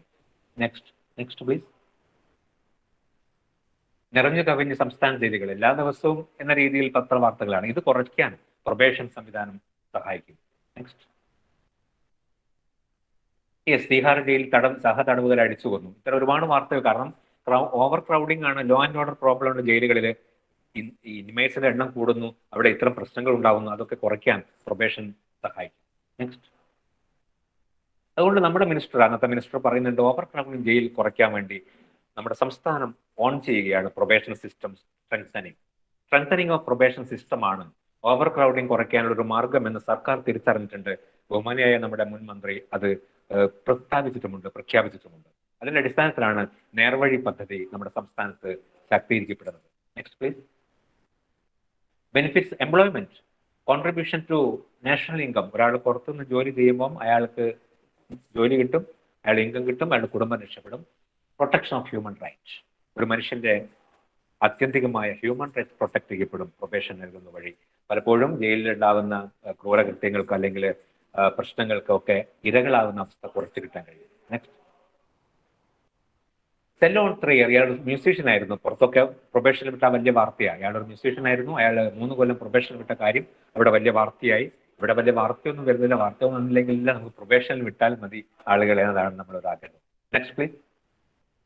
നോക്കൂ, തീർച്ചയായിട്ടും ഗിൽ കൺവിക്റ്റഡ് നമ്മളെ പഞ്ചാബിലെ DIGO മേധാവിയായിരുന്നു ഗിൽ. അദ്ദേഹം ഒരു സ്ത്രീയെ IAS കാരിയെ അപമാനിച്ച കേസിൽ കീഴ്ക്കോടതി അദ്ദേഹത്തെ ശിക്ഷിച്ചതായിരുന്നു. പക്ഷെ സുപ്രീം കോടതി KPS ഗിൽ IPSനെ പ്രൊബേഷൻ വിടുകയാണ് ചെയ്തത്. അതുകൊണ്ട് തീർച്ചയായിട്ടും അതൊരു മാതൃകയായിട്ട് നമ്മുടെ മുമ്പിലുണ്ട്. വലിയൊരു പോലീസ് ഓഫീസറെ, പഞ്ചാബിലെ തീവ്രവാദം അവസാനിപ്പിച്ച ഒരു പോലീസ് ഓഫീസർക്ക് ജയിൽ ശിക്ഷ കൊടുക്കാതെ സുപ്രീം കോടതി പ്രൊബേഷൻ വിട്ട ഒരു സംഭവം. Next please. യെസ്, അണ്ടർ പ്രൊബേഷനിൽ നമ്മൾ ലോകത്ത് പരിശോധിച്ച് കഴിഞ്ഞാൽ പ്രൊബേഷൻ വിട്ട കുറെ മഹാന്മാരുണ്ട്. Jenna Bush and Barbara Bush. American president ബുഷിന്റെ പെൺകുട്ടികളാണ് ഇവരവിടെ ചെയ്ത കുറ്റകൃത്യം എന്ന് പറയുന്നത് പ്രായം കൂട്ടി പറഞ്ഞ് മദ്യം വാങ്ങിയതായിരുന്നു. അവിടെ 21 വയസ്സ് കഴിയണം മദ്യം കിട്ടണമെങ്കിൽ. പക്ഷേ കുട്ടികൾ പറഞ്ഞു 21 വയസ്സ് കഴിഞ്ഞു എന്ന്. പക്ഷെ അത് തെറ്റായിരുന്നു. പിന്നെ കണ്ടെത്തി. പിന്നീട് ജോർജ് ബുഷിന്റെ മക്കളായിട്ട് പോലും അവിടെ നിയമത്തിന്റെ വഴിക്ക് പോയി. എന്നിട്ട് ജോർജ് ബുഷിന്റെ മക്കളായ ജന്ന ബുഷിനും ബാർബറ ബുഷിനും പ്രൊബേഷൻ വിട്ടതായിരുന്നു അവിടെ. പിന്നെ വിയോണ റൈഡർ അവിടുത്തെ ഹോളിവുഡ് നടിയാണ്. ഷോപ്പ് ലിഫ്റ്റിംഗ് കേസിൽ അവരെ പ്രൊബേഷൻ വിട്ടതാണ് അവിടെ. ജെന്നിഫർ കപ്രിയേറ്റി ടെന്നീസ് പ്ലെയറെ അവിടെ പ്രൊബേഷൻ വിട്ടതാണ്. ബോറിസ് ബക്കറിനെ ടെന്നീസ് പ്ലെയറിനാണ് അവിടെ പ്രൊബേഷൻ വിട്ടതാണ് അവിടെ. അങ്ങനെ പ്രൊബേഷൻ അമേരിക്കയിൽ ഏറ്റവും വലിയ കുറ്റകൃത്യങ്ങൾക്ക് പോലും അർഹമാണ്. നല്ല രീതിയിൽ അവിടെ അഡ്രസ് ചെയ്യപ്പെടുന്നു. പക്ഷേ ഇന്ത്യ, കേരളം, മറ്റ് സംസ്ഥാനങ്ങളൊന്നും അത്ര പോപ്പുലർ ആയിട്ട് ഇപ്പോഴും വന്നിട്ടില്ല. നെക്സ്റ്റ് സക്സസ് സ്റ്റോറീസ് പറഞ്ഞ് ഞാൻ ലാസ്റ്റിലേക്ക് വരികയാണ്. തീർച്ചയായിട്ടും എന്തുകൊണ്ട് ഫ്രം തീഫ് ടു പോലീസ്മാൻ എൻ്റെ ഒരു സക്സസ് സ്റ്റോറിയാണത്. ഞാൻ കണ്ണൂർ ജോലി ചെയ്യുമ്പോൾ ഒരു പ്രൊബേഷൻ റിപ്പോർട്ട് ചോദിച്ചു കോടതി. ഞാൻ അന്വേഷിച്ചപ്പോൾ ഇയാൾ ഒരു ജ്വല്ലറി, ഒരു അയൽക്കാരിയുടെ മാല കവർന്ന കേസാണ്, ജ്വല്ലറി മോഷ്ടിച്ച കേസാണ്, സ്വർണ്ണാഭരണം മോഷ്ടിച്ച കേസാണ്. ഞാൻ പോയി അന്വേഷിച്ച് നോക്കുമ്പോൾ ഇയാള് MA വരെ പഠിച്ച കക്ഷിയാണ്, നല്ല ബാക്ക്ഗ്രൗണ്ട് ഒക്കെ ഉള്ള കക്ഷിയാണ്. പക്ഷെ പെങ്ങളുടെ കല്യാണം കഴിക്കാൻ വേണ്ടി സ്ത്രീധന തുക കണ്ടെത്താൻ വേണ്ടി മോഷണം ചെയ്യേണ്ടി വന്നതാണ്. അപ്പോൾ ഞാൻ ആ കാര്യമൊക്കെ റിപ്പോർട്ട് കോടതി കൊടുത്തപ്പോൾ കോടതി ഇയാളെ പ്രൊബേഷൻ വിട്ടു. ഞാൻ ആ സമയത്ത് ജോലിയിൽ പ്രവേശിച്ച സമയമായിരുന്നു പ്രൊബേഷൻ ഓഫീസറായിട്ട്. അപ്പോൾ ഞാൻ ഇയാള് PSC പരീക്ഷ ചെയ്യുന്ന സമയം കൂടി ഈ കക്ഷി. ഞാൻ എൻ്റെ കുറെ PSC പരീക്ഷ പുസ്തകങ്ങളൊക്കെ ഗൈഡൊക്കെ ഇയാൾക്ക് കൊടുത്തു. ഇയാളത് സഹായിച്ചു. ഇയാളത് PSC പരീക്ഷ എഴുതി. അന്ന് അയാൾ പോലീസ് കോൺസ്റ്റബിൾ പരീക്ഷ എഴുതി. അന്ന് അയാൾ പരീക്ഷ എഴുതുകയും പോലീസ് കോൺസ്റ്റബിൾ റാങ്ക് ലിസ്റ്റ് വരികയും ചെയ്തു. ഇന്ന് അയാൾ നമ്മുടെ കേരളത്തിലെ പോലീസ് സേനയിൽ പോലീസ് ഓഫീസറായിട്ട് ജോലി ചെയ്യുകയാണ്. അപ്പോൾ മോഷ്ടാവിൽ നിന്ന് പോലീസിലേക്കുള്ള ഒരു യാത്ര. ഒരുപക്ഷെ അയാൾക്ക് ആ കുറ്റകൃത്യത്തിന് ജയിൽ ശിക്ഷ കിട്ടുമായിരുന്നെങ്കിൽ ഒരുപക്ഷെ അയാൾ പോലീസ് ഓഫീസർ അല്ല, അയാൾ കുടുംബം ഒരുപക്ഷെ എവിടെ എത്തുമെന്ന് പറയാൻ കഴിയില്ല. അയാളുടെ ജീവൻ തന്നെ എന്തായാലും പറയാൻ കഴിയില്ല. തിരുവനന്തപുരത്ത് ഫ്രം അബ്യൂസർ KSRTC ഡ്രൈവർ, തിരുവനന്തപുരത്ത് ഗിബ്സൺ രാജ് ജില്ലയിലാണ്. ഒരു പെൺകുട്ടിയെ പീഡിപ്പിച്ച കേസിൽ ഒരാൾ ജയിലിലെത്തുന്നു. അപ്പം ജയിലിൽ നിന്ന് പ്രൊബേഷനെ കുറിച്ച് ഒരു അഡ്വക്കേറ്റ് ക്ലാസ് എടുക്കാൻ പോകുന്നു. അയാൾക്ക് അപ്പീൽ കൊടുക്കാമെന്ന് ബോധ്യമാകുന്നു. അപ്പീൽ കൊടുക്കുന്നു. അപ്പീലിൽ അയാൾ പ്രൊബേഷൻ വിടുന്നു.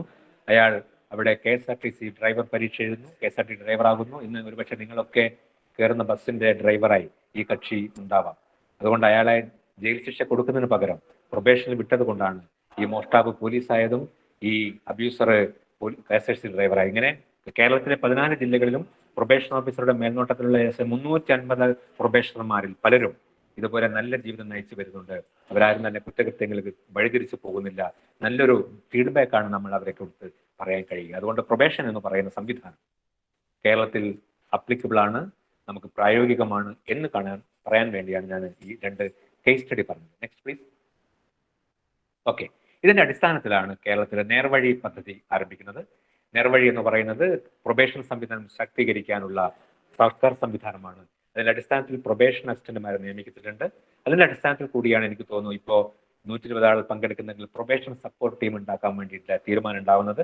നിങ്ങളൊക്കെ പ്രൊബേഷൻ ടീം അംഗങ്ങളായിട്ട് ഓരോ ജില്ലാ പ്രൊബേഷൻ ഓഫീസിലും അസൈൻ ചെയ്യപ്പെടും. ഈ രീതിയിൽ സമൂഹത്തിലേക്ക് ഇറങ്ങും, പ്രൊബേഷനെ കുറിച്ചുള്ള ബോധവൽക്കരണം വ്യാപകമാക്കും. ആ രീതിയിൽ തീർച്ചയായിട്ടും നമ്മുടെ പ്രൊബേഷൻ സിസ്റ്റം സ്ട്രെങ്തൻ ചെയ്യാൻ നേർവഴി പദ്ധതിക്ക് കഴിയും. Next please. ഓക്കെ, നേർവഴി എന്ന് പറയുന്നത് പ്രൊബേഷൻ ശാക്തീകരണത്തിനുള്ള സർക്കാർ സംവിധാനമാണ്, സർക്കാർ പദ്ധതിയാണ്. Okay, next please. Role of stakeholders. നിങ്ങൾ പ്രൊബേഷൻ ടീപ്പായതുകൊണ്ട് പറയാണ് പോലീസിന്, ജുഡീഷ്യറിക്ക്, പ്രിസണ്, അഡ്വക്കേറ്റ്സിന്, NGOസിന്, മീഡിയക്ക്, പബ്ലിക്കിന് ഒക്കെ നേരത്തെ ജൂബിയ മേഡം പറഞ്ഞതുപോലെ ഒരുപാട് റോൾ ചെയ്യാനുണ്ട്. ഇത് ജുഡീഷ്യറിയോ പ്രൊബേഷൻ ഓഫീസറോ മാത്രം വിചാരിക്കേണ്ട കാര്യമല്ല. അതുകൊണ്ടാണ് നിങ്ങളെ പ്രൊബേഷൻ സപ്പോർട്ട് ടീമാക്കി ഉൾപ്പെടുത്താൻ വേണ്ടി LJRFന്റെ ഒരു പദ്ധതി തയ്യാറായിക്കൊണ്ടിരിക്കുന്നത്. പബ്ലിക്കിനെ ബോധവൽക്കരിക്കണം. കൂടുതൽ ആളുകൾക്ക് പ്രൊബേഷൻ ആനുകൂല്യത്തിന്റെ ആനുകൂല്യം എത്തിക്കണം. അവരെ ജയിലിലേക്ക് അയക്കാതെ നമുക്ക് നോക്കേണ്ടതുണ്ട് എന്നതാണ് ഈ പദ്ധതിയുടെ അടിസ്ഥാനം. Next please. ഓക്കെ, ഇത് നമ്മുടെ അതർ ഡ്യൂട്ടീസ് ആണ്, അവിടെ പറയേണ്ട കാര്യമില്ല. പ്രൊബേഷൻ ഓഫീസിലെ മറ്റ് കാര്യങ്ങൾ, parole, premature release, survey verification, old age home enquiry, marriage assistance, grant in aid scheme, അത്തരം പദ്ധതികൾ പ്രൊബേഷൻ ഓഫീസ് ചെയ്യുന്നുണ്ട്. അത് ഒക്കേഷനായിട്ട് പറഞ്ഞു വെക്കുകയാണ്. Next please. ഓക്കെ, അങ്ങനെയാണെങ്കിൽ വിക്ടോറിയ അൽഫിയറിയുടെ ഏറ്റവും ബ്യൂട്ടിഫുൾ ആയിട്ടുള്ള ഒരു കൊട്ടേഷൻ പറഞ്ഞുകൊണ്ട് ഞാൻ അവസാനിപ്പിക്കും. Society prepares the crime, the criminal commits it. സമൂഹം കുറ്റകൃത്യം ഒരുക്കി വെക്കുന്നു, ഒരു വ്യക്തി അത് നിർവഹിക്കുന്നു. അത് നിങ്ങളായാലും ഞാനായാലും ആ സന്ദർഭത്തിൽ ആരാണോ അത് ചെയ്തിരിക്കും. അതുകൊണ്ട് കുറ്റവാളി എന്ന് പറയുന്നത് സമൂഹത്തിന്റെ പ്രൊഡക്റ്റാണ്. ഒരാൾ ജനിക്കുമ്പോൾ എല്ലാവരും നിഷ്കളങ്കരായിട്ടാണ് ജനിക്കുന്നത്. പക്ഷെ ജീവിതത്തിന്റെ ഏതെങ്കിലും ഒരു ഘട്ടത്തിൽ ഒരാൾ നിരപരാധിയും ഒരാൾ അപരാധിയുമായി മാറിപ്പോകുന്നു. അവരെ സംരക്ഷിക്കാനാണ്, അവരെ രക്ഷിക്കാനാണ്, ജീവിതത്തിന്റെ ഏതെങ്കിലും ഒരു മുഹൂർത്തത്തിൽ ചെയ്തു പോയ തെറ്റിന് ജയിൽ ശിക്ഷയ്ക്ക് പകരം സമൂഹത്തിൽ പുനരധിവസിപ്പിക്കാനാണ് നമ്മൾ ശ്രമിക്കേണ്ടത് എന്നാണ് ഈ വിക്ടോറിയ അൽഫിയറി നമ്മോട് പറയാതെ പറയുന്നത്. Next please. അദ്ദേഹം പറയുന്നു, തീർച്ചയായിട്ടും ഒരാളെ, ജോർജ് ബെർണാഷ പറയുന്നു, ഒരാളെ റിട്രിബ്യൂട്ടീവ് തിയറി കൊണ്ട് നന്നാക്കാൻ കഴിയില്ല, റിഫോർമേറ്റീവ് തിയറി കൊണ്ട് മാത്രമേ നന്നാക്കാൻ കഴിയൂ. കാരണം മനസ്സാണ് പ്രധാനം. ആ മനസ്സിനെ അഡ്രസ് ചെയ്തുകൊണ്ട് ഒരു മനുഷ്യനെ തിരുത്തി കഴിഞ്ഞാൽ അയാൾ പിന്നീട് കുറ്റകൃത്യം ചെയ്യില്ല എന്ന് നമ്മൾ ബെർണാഷ നമ്മോട് പറയുന്നുണ്ട്. Next please. അതുകൊണ്ട് നമ്മുടെ തീം ഇതാണ്, പ്രൊബേഷനിലൂടെ സമൂഹത്തിലേക്ക്, സമൂഹ നന്മ രാഷ്ട്ര പുരോഗതിക്ക്. അതാണ് കേരളത്തിലെ സാമൂഹ്യനീതി വകുപ്പിന്റെ പ്രൊബേഷൻ വിങ് സൊസൈറ്റിക്ക് നൽകുന്ന സന്ദേശം. ആ സന്ദേശം ഏറ്റെടുക്കുക എന്നതാണ് പ്രൊബേഷൻ സപ്പോർട്ട് ടീം എന്ന നിലയ്ക്ക് നിങ്ങളും നമ്മോടൊപ്പം ചെയ്യേണ്ടത്. Next please. നല്ല നടപ്പ് നിയമം പ്രയോജനപ്പെടുത്തൂ, കുറ്റവാളികളെ നേർവഴിയിലേക്ക് നയിക്കൂ എന്നതാവട്ടെ നമ്മുടെ ലക്ഷ്യം, നമ്മുടെ മുദ്രാവാക്യം. Next please. ഓക്കെ, ഇതോടുകൂടി എനിക്ക് അനുവദിക്കപ്പെട്ട സമയത്തിനുള്ളിൽ ഞാൻ എൻ്റെ പ്രസന്റേഷൻ അവസാനിപ്പിക്കുകയാണ്. LJRFന്റെ സഫി മോഹൻ സാർ പ്രത്യേകം പറഞ്ഞിട്ടുണ്ട്, പ്രൊബേഷൻ സപ്പോർട്ട് ടീമിനെ മോൾഡ് ചെയ്യാനുള്ള ഒരു വർക്ക്ഷോപ്പിന്റെ ഒരു ഘട്ടം എന്ന നിലയിലാണ് ഈ പരിപാടി നമ്മുടെ മുമ്പിലുള്ളത്. തീർച്ചയായിട്ടും ഈ പരിപാടിയിൽ പങ്കെടുക്കുന്ന ഓരോ മനുഷ്യനും ആ രീതിയിലുള്ള ഒരു കമ്മിറ്റ്മെന്റോട് കൂടി ഇറങ്ങിക്കഴിഞ്ഞാൽ ഈ സമൂഹത്തെ തന്നെ നമുക്ക് മാറ്റിമറിക്കാൻ കഴിയും. വിപ്ലവാത്മകമായ ഒരു ചേഞ്ചിന് നന്ദി കുറിക്കാൻ എൻ്റെ മുമ്പിലിരിക്കുന്ന 117 പേർക്കും കഴിയട്ടെ എന്ന് ആഗ്രഹിച്ചുകൊണ്ട്, ആശംസിച്ചുകൊണ്ട് എൻ്റെ വാക്കുകൾ ചുരുക്കുന്നു. നന്ദി, നമസ്കാരം. Thank you, Ashraf sir, for vividly stating all the essential informations point by point regarding the probation in criminal justice system. Besides with such a wonderful theme and also wonderful structuring of the presentation. Thank you, sir. Now, for the attention of participants, please note the feedback form given in the chat box, and those who are interested to become part of probation support team can express the same, and only those who submit the feedback form are entitled to the certificate of the session. So please note that. Now further, social work is the art of listening and the science of hope. An academician should be the best minds in the country, imparting knowledge and lifting the dark veil in all spheres. Now for delivering felicitation, I invite Dr. I. Verghese, General Secretary, CAPS, Kerala Association of Professional Social Workers, Department of Social Work, BCM College, Kottayam. I invite you, sir.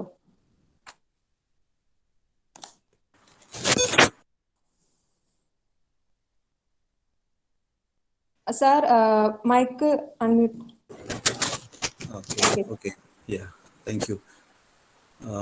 Respected Gifton Raj, Probation Officer Trivandrum, Julia Madam Subjects, Professor Saji Jacob, Ashraf Cavill, and Father Sabu P. Thomas, Ms. Renita, Sri Lakshmi, Safi Mohan sir, Dr. Soni Jose, Gino, and all the members in this group.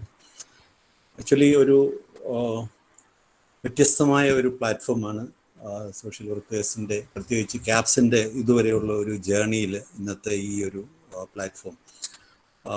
അഡ്വക്കേറ്റ്സും social വർക്കേഴ്സും ഒന്നിച്ച് ഒരു platform share ചെയ്യുക വളരെ നല്ല ഒരു അനുഭവമാണ്. കഴിഞ്ഞ 2-3 മീറ്റിങ്ങുകളിൽ LGRFന്റെ സെനസറൊക്കെ ആയിട്ടുള്ള മീറ്റിങ്ങിലും നല്ല രീതിയിലുള്ള ഡിസ്കഷനും ഒക്കെ നടക്കുകയുണ്ടായി. ഇപ്പോൾ അഷ്റഫ് സാറിൻ്റെ ഒരു പ്രസൻറ്റേഷനിൽ ഇതിൻ്റെ ഒരു history, what is the history of everything and how the concept of this probation has come and its benefit, അങ്ങനെയുള്ള എല്ലാ കാര്യങ്ങളെക്കുറിച്ചും ചർച്ച ചെയ്യുകയുണ്ടായി. ഞാൻ ഒത്തിരി ദീർഘിപ്പിക്കുന്നില്ല.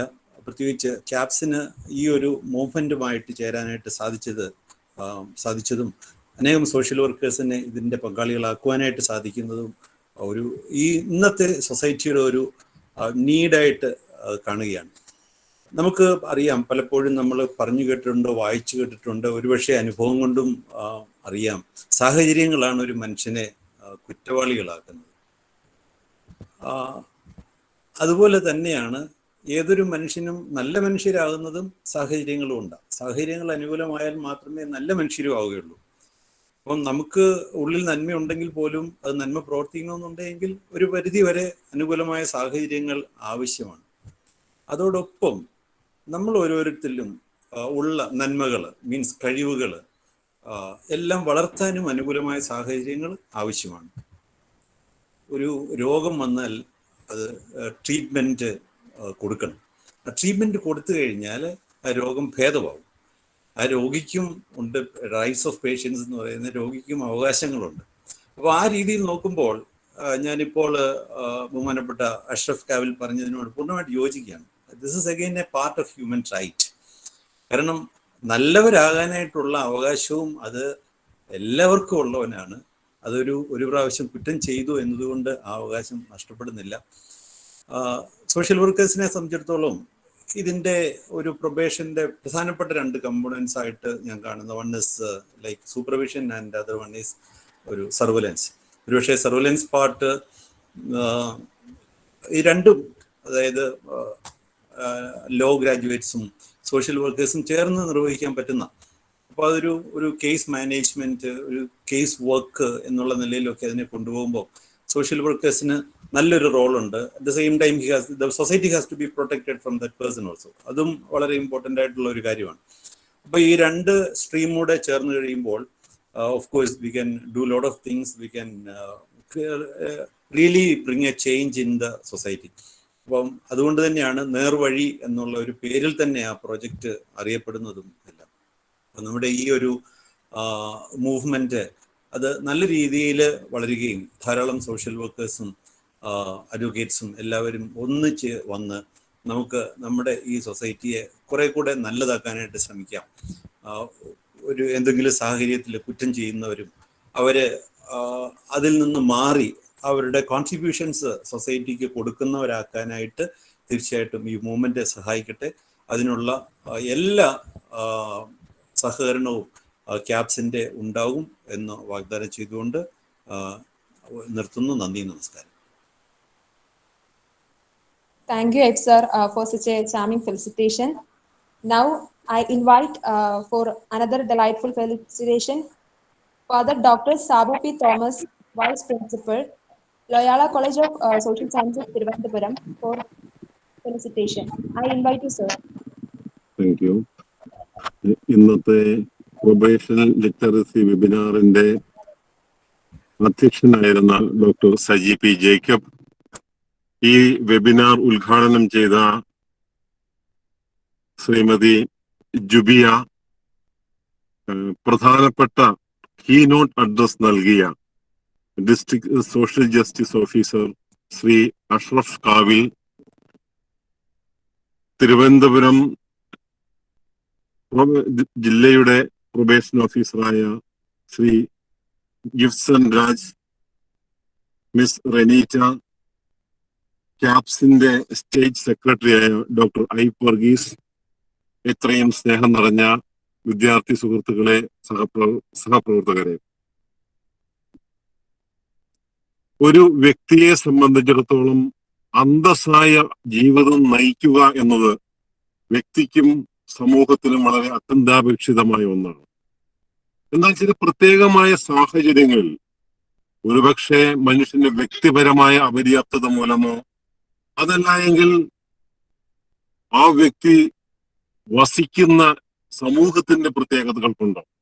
സജി സാർ സൂചിപ്പിച്ചതുപോലെ കുറ്റവാളിയാകാനുള്ള സാഹചര്യം എന്താണ് എങ്കിലും ഒരു പ്രത്യേകമായ സാഹചര്യത്തിൽ ഒരാൾ അങ്ങനെ ആയിത്തീരുന്നു.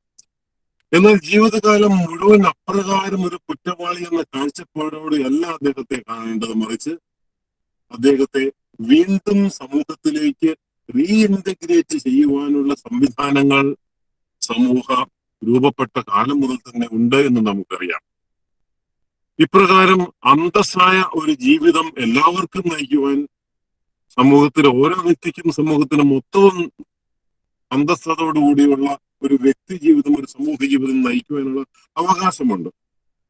നമ്മെ സംബന്ധിച്ചിടത്തോളം ഇപ്രകാരം വ്യക്തികൾ നല്ല രീതിയിൽ സമൂഹത്തിലേക്ക് റീഇൻറ്റഗ്രേറ്റ് ചെയ്ത് അന്തസ്സോടെ ജീവിക്കുവാനുള്ള ഒരു സാഹചര്യം ഒരുക്കുക എന്നുള്ളതാണ് വളരെ പ്രധാനപ്പെട്ട ഒന്ന്.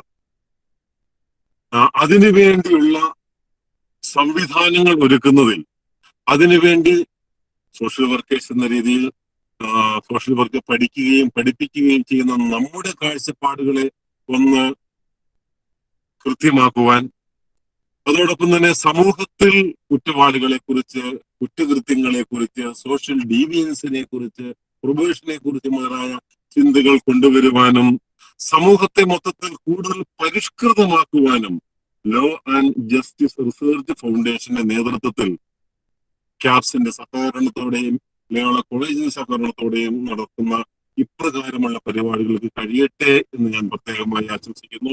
ഇതിന്റെ പിന്നിൽ പ്രവർത്തിച്ച ലോ ആൻഡ് ജസ്റ്റിസ് റിസർച്ച് ഫൗണ്ടേഷന്റെ എല്ലാ ഭാരവാഹികളെയും, ക്യാപ്സിന് നേതൃത്വം നൽകുന്ന ക്യാപ്സ് പ്രത്യേകിച്ച് ട്രിവാൻഡ്രം ചാപ്റ്ററിന്റെ ഉത്തരവാദിത്തം വഹിക്കുന്ന എല്ലാവർക്കും, സോഷ്യൽ വർക്ക് മലയാളയിലെ സോഷ്യൽ വർക്ക് ഡിപ്പാർട്ട്മെന്റിന് നേതൃത്വം നൽകുന്ന സോണി സാറിനെ എല്ലാവരെയും അഭിനന്ദിച്ചുകൊണ്ട്, നല്ല ഒരു പ്രകാരം ചിന്തകൾ നമ്മുടെ എല്ലാവരുടെയും മനസ്സിൽ ഉണർത്താൻ നിങ്ങളെടുത്ത താല്പര്യത്തെ അഭിനന്ദിച്ചുകൊണ്ടും എന്റെ വാക്കുകൾ ഉപസംഹരിക്കുന്നു.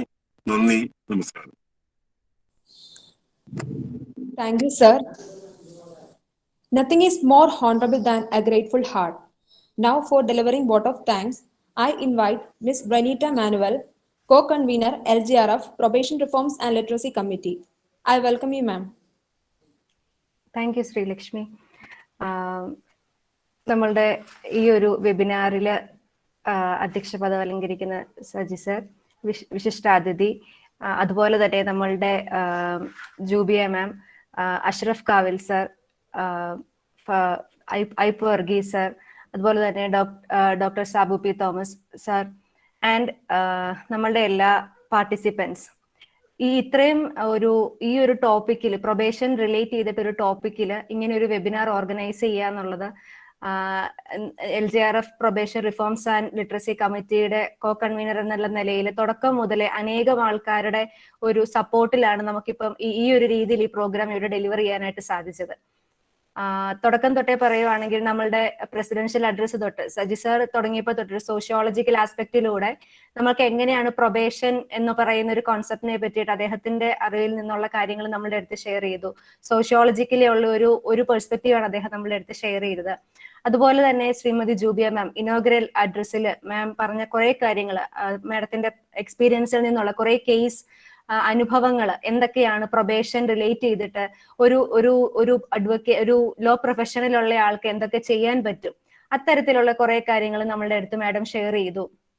അത് കഴിഞ്ഞ് വന്ന നമ്മളുടെ കീനോട്ട് അഡ്രസ്സിൽ അഷ്റഫ് കാവിൽ സർ, സാറിന്റെ ഏറ്റവും പ്രധാനപ്പെട്ട ആ ഒരു ടോക്കിൽ ഒത്തിരി എക്സാമ്പിൾസ് പറഞ്ഞിട്ട് എന്തൊക്കെയാണ് നമ്മൾക്ക് പ്രൊബേഷൻ റിലേറ്റ് ചെയ്തിട്ട് നമ്മളുടെ ഈ ഒരു ഏരിയയിൽ എന്തൊക്കെ കാര്യങ്ങളാണ് നടന്നുകൊണ്ടിരിക്കുന്നത്, അതിന്റെ ഹിസ്റ്ററി എന്താണ്, പ്രൊബേഷൻ റിലേറ്റ് ചെയ്തിട്ട് നമ്മൾ ബേസിക്കലി അറിഞ്ഞിരിക്കേണ്ട കുറെ കാര്യങ്ങൾ, പണിഷ്മെന്റ് റിലേറ്റ് ചെയ്തിട്ടുള്ള തിയറീസ്, ഇതിന്റെയൊക്കെ ഏറ്റവും ബേസിക് ആയിട്ടുള്ള കുറെ കാര്യങ്ങൾ അഷ്റഫ് സർ നമ്മളുടെ അടുത്ത് ഷെയർ ചെയ്തു. ഈ ഒരു തരത്തിൽ നമ്മളുടെ ഏറ്റവും പ്രധാനപ്പെട്ട ഒരു ടോക്ക് കടന്നുപോയി. അതോടൊപ്പം തന്നെ ഫെലിസിറ്റേഷന്റെ സമയത്ത് Ipe Varghese sir, father doctor Sabu P Thomas sir, ഇവർ രണ്ടുപേരും നമ്മളുടെ അടുത്ത് ഷെയർ ചെയ്ത ലോ ആൻഡ് സോഷ്യോ വർക്ക് എന്ന് പറയുന്ന മേഖലയിലുള്ള ആൾക്കാർക്ക് എന്തൊക്കെയായിരിക്കാം ഒരു പ്രൊബേഷൻ ആൻഡ് ഹ്യൂമൻ റൈറ്റ്സ് എന്ന് പറയുന്ന മേഖലയിൽ എന്തൊക്കെ കാര്യങ്ങൾ ചെയ്യാൻ പറ്റും, നമ്മളുടെയൊക്കെ സേവനങ്ങൾ അത്തരത്തിൽ എങ്ങനെ ഉപയോഗിക്കാൻ പറ്റും എന്നുള്ള കാര്യങ്ങളെ പറ്റി നമ്മളുടെ അടുത്ത് ഷെയർ ചെയ്തു. Law and justice research foundation probation reform and literacy കമ്മിറ്റിയുടെ പേരിൽ Saji P Jacob sir, Shrimati Jubiya ma'am, Ashraf Kavil sir, Ipe Varghese sir, father Sabu P Thomas sir എന്നിവർക്കും നമ്മളുടെ വെൽക്കം ആശംസിച്ച നമ്മളുടെ ഗിബ്സൺ സർ, ട്രിവാൻഡ്രം പ്രൊബേഷൻ ഓഫീസറാണ് ഗിബ്സൺ സാറിനും, അതുപോലെ തന്നെ നമ്മളുടെ പ്രോഗ്രാമിന്റെ തുടക്കം മുതൽ നമ്മൾ ഈ പ്രോഗ്രാം പ്രപ്പോസ് ചെയ്ത സമയം തൊട്ട് നമ്മളുടെ കൂടെ എല്ലാത്തിനും ഈ ഒരു ഓർഗനൈസിങ്ങിലും എല്ലാം അറേഞ്ച് ചെയ്യുന്നതിലും ഒപ്പം കൂടെ നിന്ന ഐഡിയസിന്റെ കാര്യത്തിലൊക്കെ ഒപ്പം കൂടെ നിന്ന ആളാണ് Sony sir, Loyola college HOD Sony സാറിനെയും എല്ലാവരെയും ഈ ഒരു ഞങ്ങൾ law and justice research foundation probation reforms and literacy കമ്മിറ്റിയുടെ പേരിൽ നന്ദി പറയുന്നു. അതുപോലെ തന്നെ law and justice research foundation and probation reforms and literacy കമ്മിറ്റിയുടെ ഭാഗമായിട്ട് നമ്മൾ ഈ ഒരു പ്രോഗ്രാം അറേഞ്ച് ചെയ്ത സമയത്ത് നമുക്ക് സോഷ്യൽ ജസ്റ്റിസ് ഡിപ്പാർട്ട്മെന്റിൽ നിന്നും അനേകം ആൾക്കാർ, അനേകം പ്രൊബേഷൻ ഓഫീസർമാരും ഡിസ്ട്രിക്ട് സോഷ്യൽ ജസ്റ്റിസ് ഓഫീസർമാരും നമ്മളെ സപ്പോർട്ട് ചെയ്തിട്ടുണ്ട്. അതിൽ സപ്പോർട്ട് ചെയ്ത പ്രധാനപ്പെട്ട കുറച്ച് പ്രൊബേഷൻ ഓഫീസർമാരാണ് Abeen sir, Shri Sameer Machingal sir Malappuram probation officer, Shri Binoy Vijay Idukki DSGO, അങ്ങനെ കുറച്ച് പ്രൊബേഷൻ ഓഫീസർമാർ തുടക്കം മുതലേ നമ്മളുടെ ഒപ്പം നിന്നുകൊണ്ട് നമുക്ക് വേണ്ട സഹായ സഹകരണങ്ങൾ തന്നുകൊണ്ടിരിക്കുന്നുണ്ട്. നമുക്ക് വേണ്ട അഡ്വൈസസ് തന്ന് നമ്മുടെ ഈ പ്രോഗ്രാമിനെ നല്ല രീതിയിൽ മുന്നോട്ട് കൊണ്ടുപോകാനായിട്ട് സഹായിച്ച ആൾക്കാരാണ്. ഇവർക്ക് ഓരോരുത്തർക്കും ലോ ആൻഡ് ജസ്റ്റിസ് റിസർച്ച് ഫൗണ്ടേഷന്റെ പ്രൊബേഷൻ റിഫോംസ് ആൻഡ് ലിറ്ററസി കമ്മിറ്റിയുടെ പേരിൽ നന്ദി പറഞ്ഞുകൊള്ളുന്നു. അതുപോലെ തന്നെ അടുത്ത ഒരു ഏറ്റവും പ്രധാനപ്പെട്ട ആൾക്കാരെന്ന് പറയുന്നത് നമ്മുടെ LJRF ഫാമിലിയാണ്. LJRF വോയിസിന്റെ കൺവീനേഴ്സ്, LJRF അക്കാഡമിയുടെ convenors, advocate Tejas Purushothaman, advocate Ajay R Kamath, advocate Sandeep Chandrasekharan, അതുപോലെ തന്നെ ടെക്നിക്കൽ കമ്മിറ്റിയിൽ വരുന്ന advocate Surya S Menon and miss Jineesha, അതുപോലെ advocate Jino M Kurian sir, ഇവരെ എല്ലാവരെയും LJRF ഫാമിലിയെയും എല്ലാവരെയും ഈ ഒരു അവസരത്തിൽ നന്ദിയോടെ ഓർക്കുന്നു. ക്യാപ്സിന്റെ ട്രിവാൻഡ്രം ചാപ്റ്റർ ആൻഡ് മറ്റു ഭാരവാഹികൾ ഐപ്പു സാറിന്റെ നേതൃത്വത്തിൽ ക്യാപ്സ് സോഷ്യൽ വർക്ക് കോളേജസിലെ എല്ലാം അറിയിക്കുകയും അതിനനുസരിച്ച് നമ്മളുടെ സ്റ്റുഡൻസിനെ എല്ലാം ഇവിടെ ഒരുക്കിക്കൊണ്ടുവരികയും ചെയ്ത ക്യാപ്സ് ഭാരവാഹികൾക്കും നന്ദി അറിയിച്ചു കൊള്ളുന്നു. നമ്മളുടെ ഈ പ്രോഗ്രാമിന്റെ ഏറ്റവും വലിയ വിജയം എന്ന് പറയുന്നത് law and social work students, Trivandrum ഡിസ്ട്രിക്റ്റിലുള്ള law and social work students ആണ്. അവരെ എല്ലാവരും ഇവിടെ എത്തിക്കാൻ സഹായിച്ച faculties and other management staff എന്നിവർക്കും, അതുപോലെ തന്നെ ഈ ഒരു പ്രോഗ്രാമിൽ ഏറ്റവും നന്നായിട്ട് പാർട്ടിസിപ്പേറ്റ് ചെയ്യാൻ നമുക്ക് 280ഓളം രജിസ്ട്രേഷൻസ് വന്നിട്ടുണ്ടായിരുന്നു. 120 അടുത്ത ആൾക്കാർ ഇതിൽ പാർട്ടിസിപ്പേറ്റ് ചെയ്ത എല്ലാവർക്കും നമ്മളുടെ എല്ലാവരുടെയും പേരിലുള്ള നന്ദി രേഖപ്പെടുത്തിക്കൊള്ളുന്നു. ഏറ്റവും അവസാനമായിട്ട് ആണെങ്കിൽ പോലും ഏറ്റവും പ്രധാനപ്പെട്ട ഒരു വ്യക്തി എന്ന് പറയുന്നത് law and justice LJRF probation reforms and literacy കമ്മിറ്റിയുടെയും അതുപോലെ തന്നെ LJRFന്റെയും ഏറ്റവും വലിയ ബാക്ക് ബോൺ ആയ സഫി മോഹൻ സാറാണ്. സഫി മോഹൻ സാറിനെയും ഈ പ്രോഗ്രാമിന്റെ കോ കൺവീനറായ ശ്രീലക്ഷ്മിനെയും ഈ ഒരു അവസരത്തിൽ നന്ദിയോടെ ഓർക്കുന്നു. Thank you so much. Thank you, Renita ma'am. I request all the participants, please ensure that all of you mark their response in the feedback form. Now, I request all of you to raise up to give reference to national anthem before winding up the session.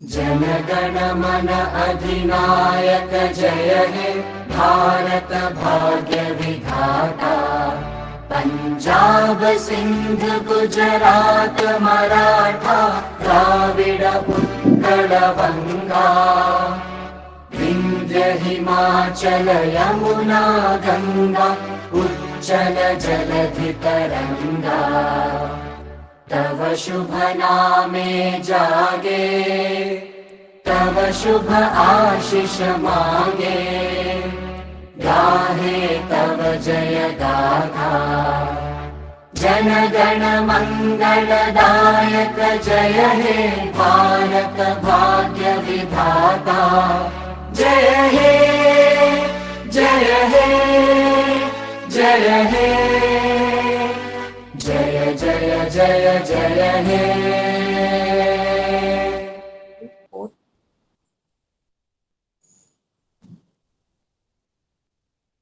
So, I am delivering sincere gratitude to all for their support and the guidance provided in this session. With that, we can wind up the session. Thank you all. Okay, thank you. Thank you, sir. Thank you, Renita. Thank you.